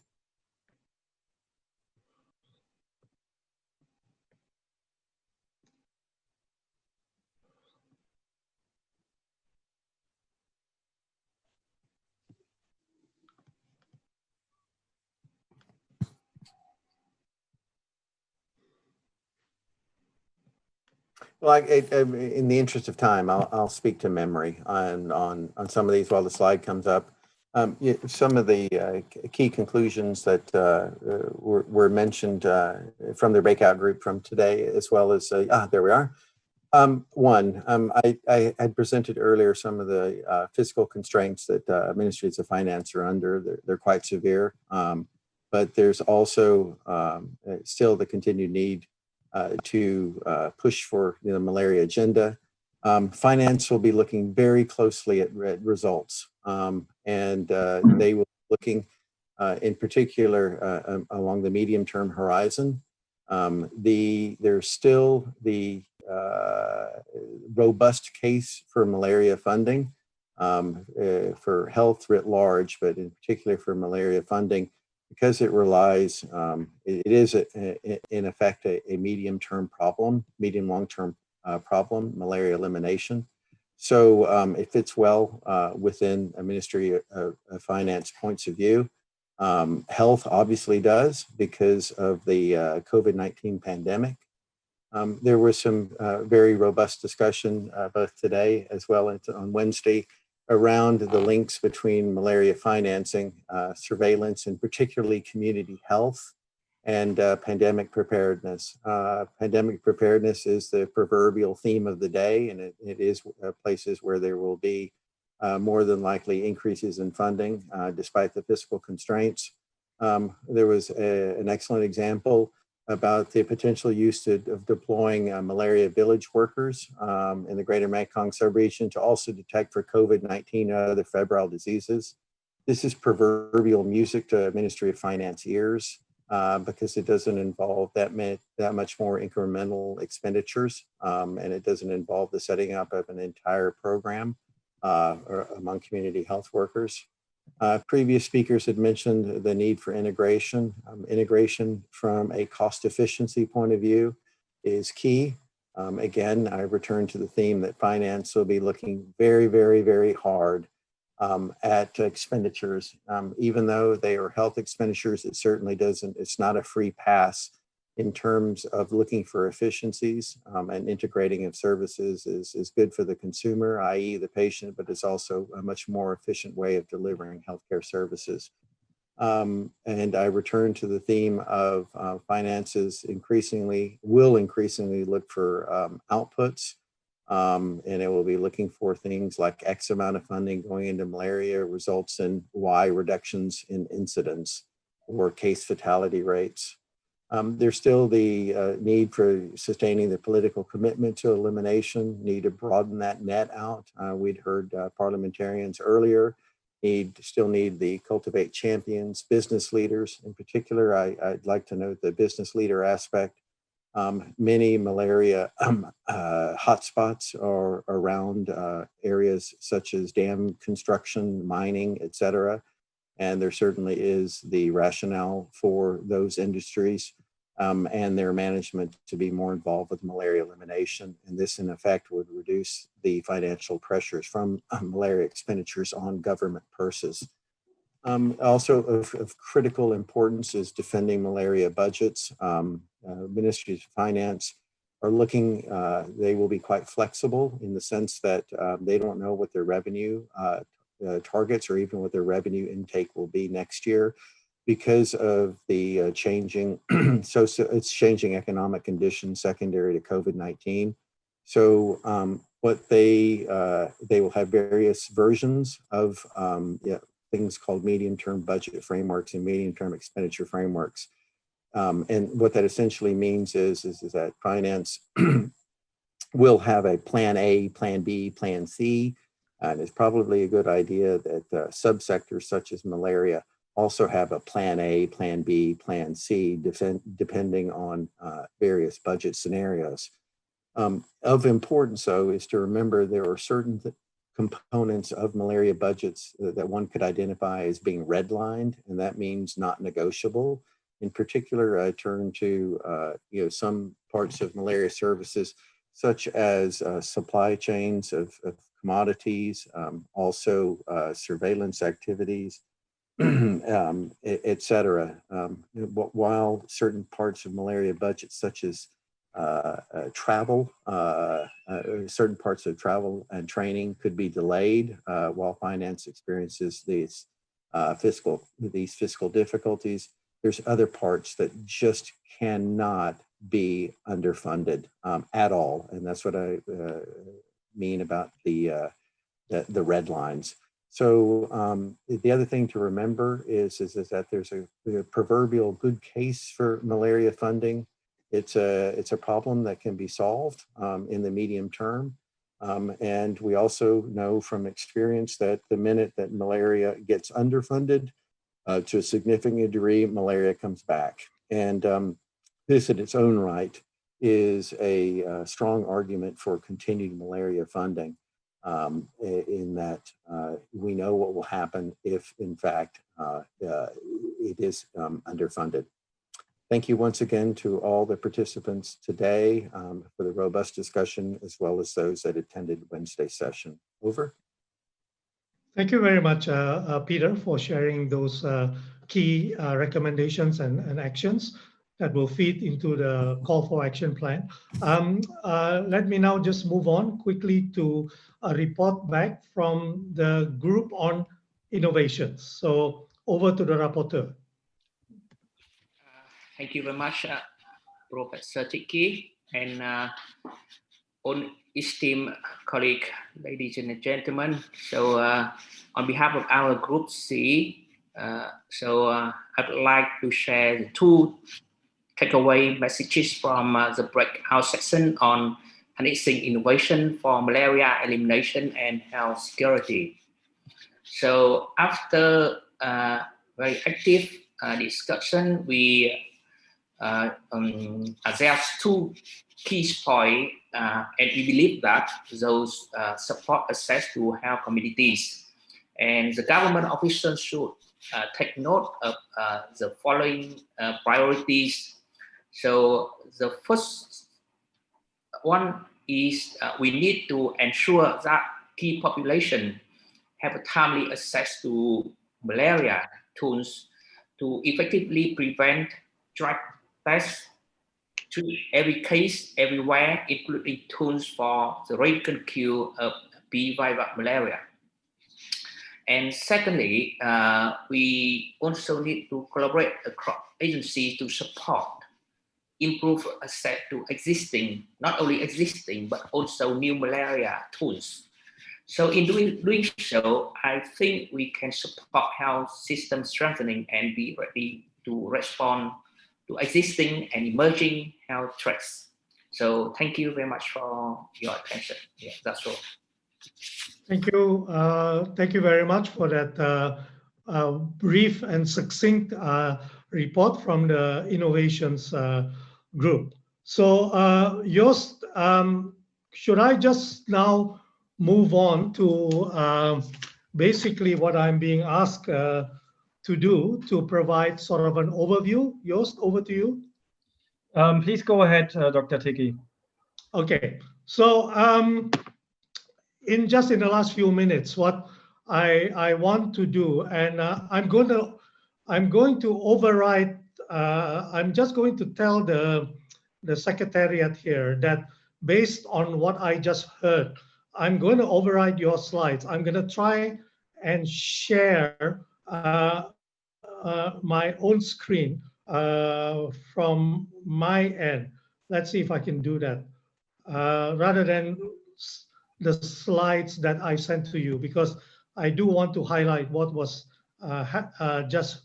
what we just heard. Okay, so let's see. Can you all see my slides? Yes, sir. Okay, very good. So this final session is about developing a call for action. Okay, so basically,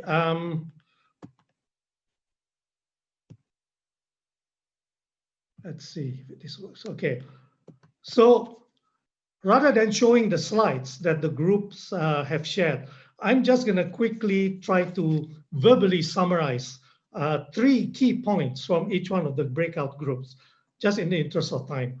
I think the surveillance group firstly highlighted the importance of coherent information with the methods that are being used, the need for a checklist. Secondly, the importance of subnational data to be closer to the problem. And thirdly, to highlight the importance of making malaria a notifiable disease. Just a quick summary. For the financing subgroup, I think Peter Cowley did a very nice job of summarizing this. And once again, 3 key points from what I've heard. Firstly, to focus on results, to show outputs. Okay, what is the impact of financing on incidence of malaria, on case fatality rate? So that's the first recommendation, focus on results. Secondly, integration. We talked a lot about integration during today, but from a financing perspective, what is the cost efficiency here of integration? Because that is clearly a complex issue. It's an aspiration, but at the end of the day, from a financing perspective, you need to really address the cost efficiency dimension. And the third very important point from the financing group is the importance of political commitment, and importantly, defending the budgets for malaria control, malaria elimination, involving obviously not just the Ministry of Health, but the Ministry of Finance. So that's my key takeaway from the financing subgroup. And finally, the innovation breakout groups suggested only 2 points: timely access to the tools available to prevent, track, test, and treat cases of malaria in the context of the health system as a whole, with the goal of universal health coverage. And I think that's been that point's been made many times. The second point from the innovation breakout group is the importance of interagency collaboration beyond just ministries of health, going into ministries of finance, Ministry of Environment, Ministry of Education, etc., etc. So that's, forgive me for not sharing the slides, but just in the interest of time, those are the 3 takeaways that I heard from the rapporteurs. Let me just permit me as a chair of this session to just share some reflections, okay, from what I've heard over the entire week, okay. And on surveillance, we talked a lot about targeted surveillance. We talk a lot about we have to have timely, real-time, and comprehensive reporting, okay, including those hard-to-reach areas. Let me just add that from my perspective, you also need the right kind of data. And I'll mention what I mean by this in a minute. Financing is obviously a challenge when you have limited resources and competing priorities during the COVID pandemic. And as mentioned earlier by Dr. Weber, there has been a decrease in external support because malaria has become less visible because of a lower burden. And therefore, importantly, we need political will and commitment within countries for sustaining domestic investment in health systems. Okay, this is what Peter said, defend the budget. Let me just quickly go back to that first point, okay? Yes, it's good to be comprehensive, it's good to collect data, but make sure you collect the right kind of data that will actually be useful. I'm reminded of the saying, not everything that can be counted counts, and not everything that counts can be counted. Okay, it's not just about collecting data that's easily available, but collecting data that actually means something for the goal of elimination. Just 2 other reflections. Innovation towards elimination is obviously important, and you're talking about sort of more biomedical R&D to address, around resistance, around developing treatments for VIVAX, new methods for vector control, new diagnostics. Something that hasn't even been mentioned is vaccines. I come from a microbiology, vaccinology background, and we've hardly talked about vaccines. And I believe that there is still a place for vaccine in the context of elimination. And finally, and very importantly, I think Diane Worth made a very important point that it's not just innovation to develop new tools, but innovations in program delivery and policies to integrate malaria within universal healthcare, within whole health systems as a whole. And my final reflection is that elimination will require strong leadership, that's been mentioned many times, cross-border cooperation, good governance, okay? Someone, I can't remember who, mentioned the important link that has to happen between federal, provincial, and even local levels of the control efforts. And finally, I think elimination must always be seen in the context of equity, social conditions, and social justice. So how do we maintain the momentum for the gains we have made and travel this last mile towards elimination? And this is the time where I am going to summarize 3 key actions for a call to action statement that the Secretariat will develop after today and we'll be sharing with everyone. So the first proposed key action is we need actions on surveillance to strengthen surveillance systems in countries and across borders, which will both accelerate elimination at the same time, enhancing national capacity to counter other communicable as well as non-communicable disease threats. I think that's a very important first proposed key action. Second, we need actions to engage the community and the private sector to help reach vulnerable, marginalized, rural, and hard-to-reach subpopulations. How do we do that? By making more optimal use and dissemination of key intervention strategies and tools. That was one of the key messages from the innovation subgroup just now, access. And secondly, strengthening subnational systems in high burden areas. Once again, subnational data. So that's the proposed sort of second proposal for a call to action statement. We probably want to stick to 3. So the third one is we need actions on financing and political commitment where malaria budgets are declared as a high subsector priority within national health budget, and secondly, acknowledged as an important component of health system strengthening to achieve the goal of universal healthcare. And finally, to sort of highlight the fact that we need to also issue a strong call for making malaria a notifiable disease. So those are the proposed key actions that will be developed into a final call. Let me just stretch your patience a little bit and ask, so what now? What do we need to make this happen? And I hope there are some ties in the audience, because I want to quote Professor Prawet Wasi, who 20, 30 years ago said, if you have a big problem, you need a triangle to move the mountain. And that's what malaria elimination is all about. So Professor Wasi said, the 3 triangle is this: to create and use knowledge, to mobilize society, and to get political support. And in the context of what we've been talking about, it is clear that surveillance, innovations is about knowledge.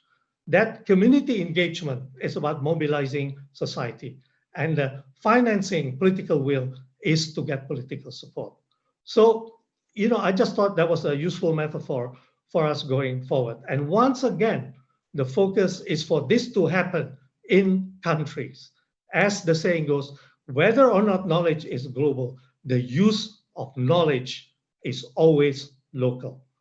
Let me end with a quote from Gandhi, who said, "It is not what we do, but what we can do to make this world a better place." Thank you, Joost, and sorry for taking up so much time. Thank you very much, Professor Tiki Pangestu. And we're coming to the end of Malaria Week 2020, and I would request the 2 chairs, Professor Tiki Pangestu and Professor Zung, to do the official closing of the Malaria Week. Professor Tiki, would like to add something on what you have just said? Yeah, Joost, just very quickly, just on behalf of APLMA, I wish to thank everyone for participating in this SOM and your participation, of course, throughout the week. While this has not been a normal malaria week, we appreciate this opportunity to all get together and maintain the momentum, and that APLMA and APMAN will continue to support you with your efforts within the country and with overcoming challenges to elimination. And just finally, on the call to action, that the Secretariat will draft this call for action and then disseminate it next week for feedback and approval, and will then be included in communications with the heads of government and the ministers in all endemic countries. Thank you, Joost. Thank you very much, Professor Tiki Pangestu, and I will hand over for the final words of the Malaria Week 2020 to our host country, Vietnam. Professor Zung, please. ladies and gentlemen, on behalf of the government of Vietnam and the National Institute of Malariology, Parasitology and Entomology, I wish to thank all of you to participating in this senior official meeting and for your attendance towards Malaria Week. This has been a productive week despite the challenges of faces in gathering virtually rather than in person in Hanoi. We have come together to keep malaria elimination, to support each other in order to keep elimination effort on track. I hope that we will able to gather in the person soon to carry out in our fight. I wish you well in your continued effort to end malaria for good. I now declare this meeting adjourned. Thank you very much. Thank you very much, Professor Zung. So this officially completes Malaria Week 2020. And before you leave, you can, here in the Zoom room, you can all switch on your cameras for final farewell, or maybe we can do a group picture. So if you can switch on your webcams. And last but not least, there is a poll coming. And so please all switch on your webcam so we can see each other. And we also, maybe we can take a quick group picture. Everybody who can switch on the webcam, please do so. We can have 49 people on webcam. We are 46 in the moment. Don't be shy, you're looking great. Yes. Okay, so try to be in the camera, and I see people try to log in from wherever they are. I see some people are in the car. That's wonderful. Thank you for trying to be online. Okay, a quick group picture. Everybody smile. Thank you. And now you will see actually a poll, I think, if I'm not mistaken. So yes, I took a picture, dear Secretariat, and I hope you are all okay if we maybe share it later informally. And here's a final poll. It takes only 30 seconds. If you want to say something on the way out, please unmute yourself. Officially, Malaria Week is completed. Satak also, if you want to say something, please do so. And we thank you so much for joining. And many of you have joined the whole week. And we hope that in 2021 Malaria Week will be a more normal way, where we meet each other. We have also the time for the informal coffee breaks and lunches and dinners, where we can discuss important topics in a more different atmosphere. So I hope you still have some energy for enjoying your day. The weekend is closed for many of you, for some, still some hours to go. So thank you very much for joining, some of you 5 days online. So bye-bye. Thank you. Thank you.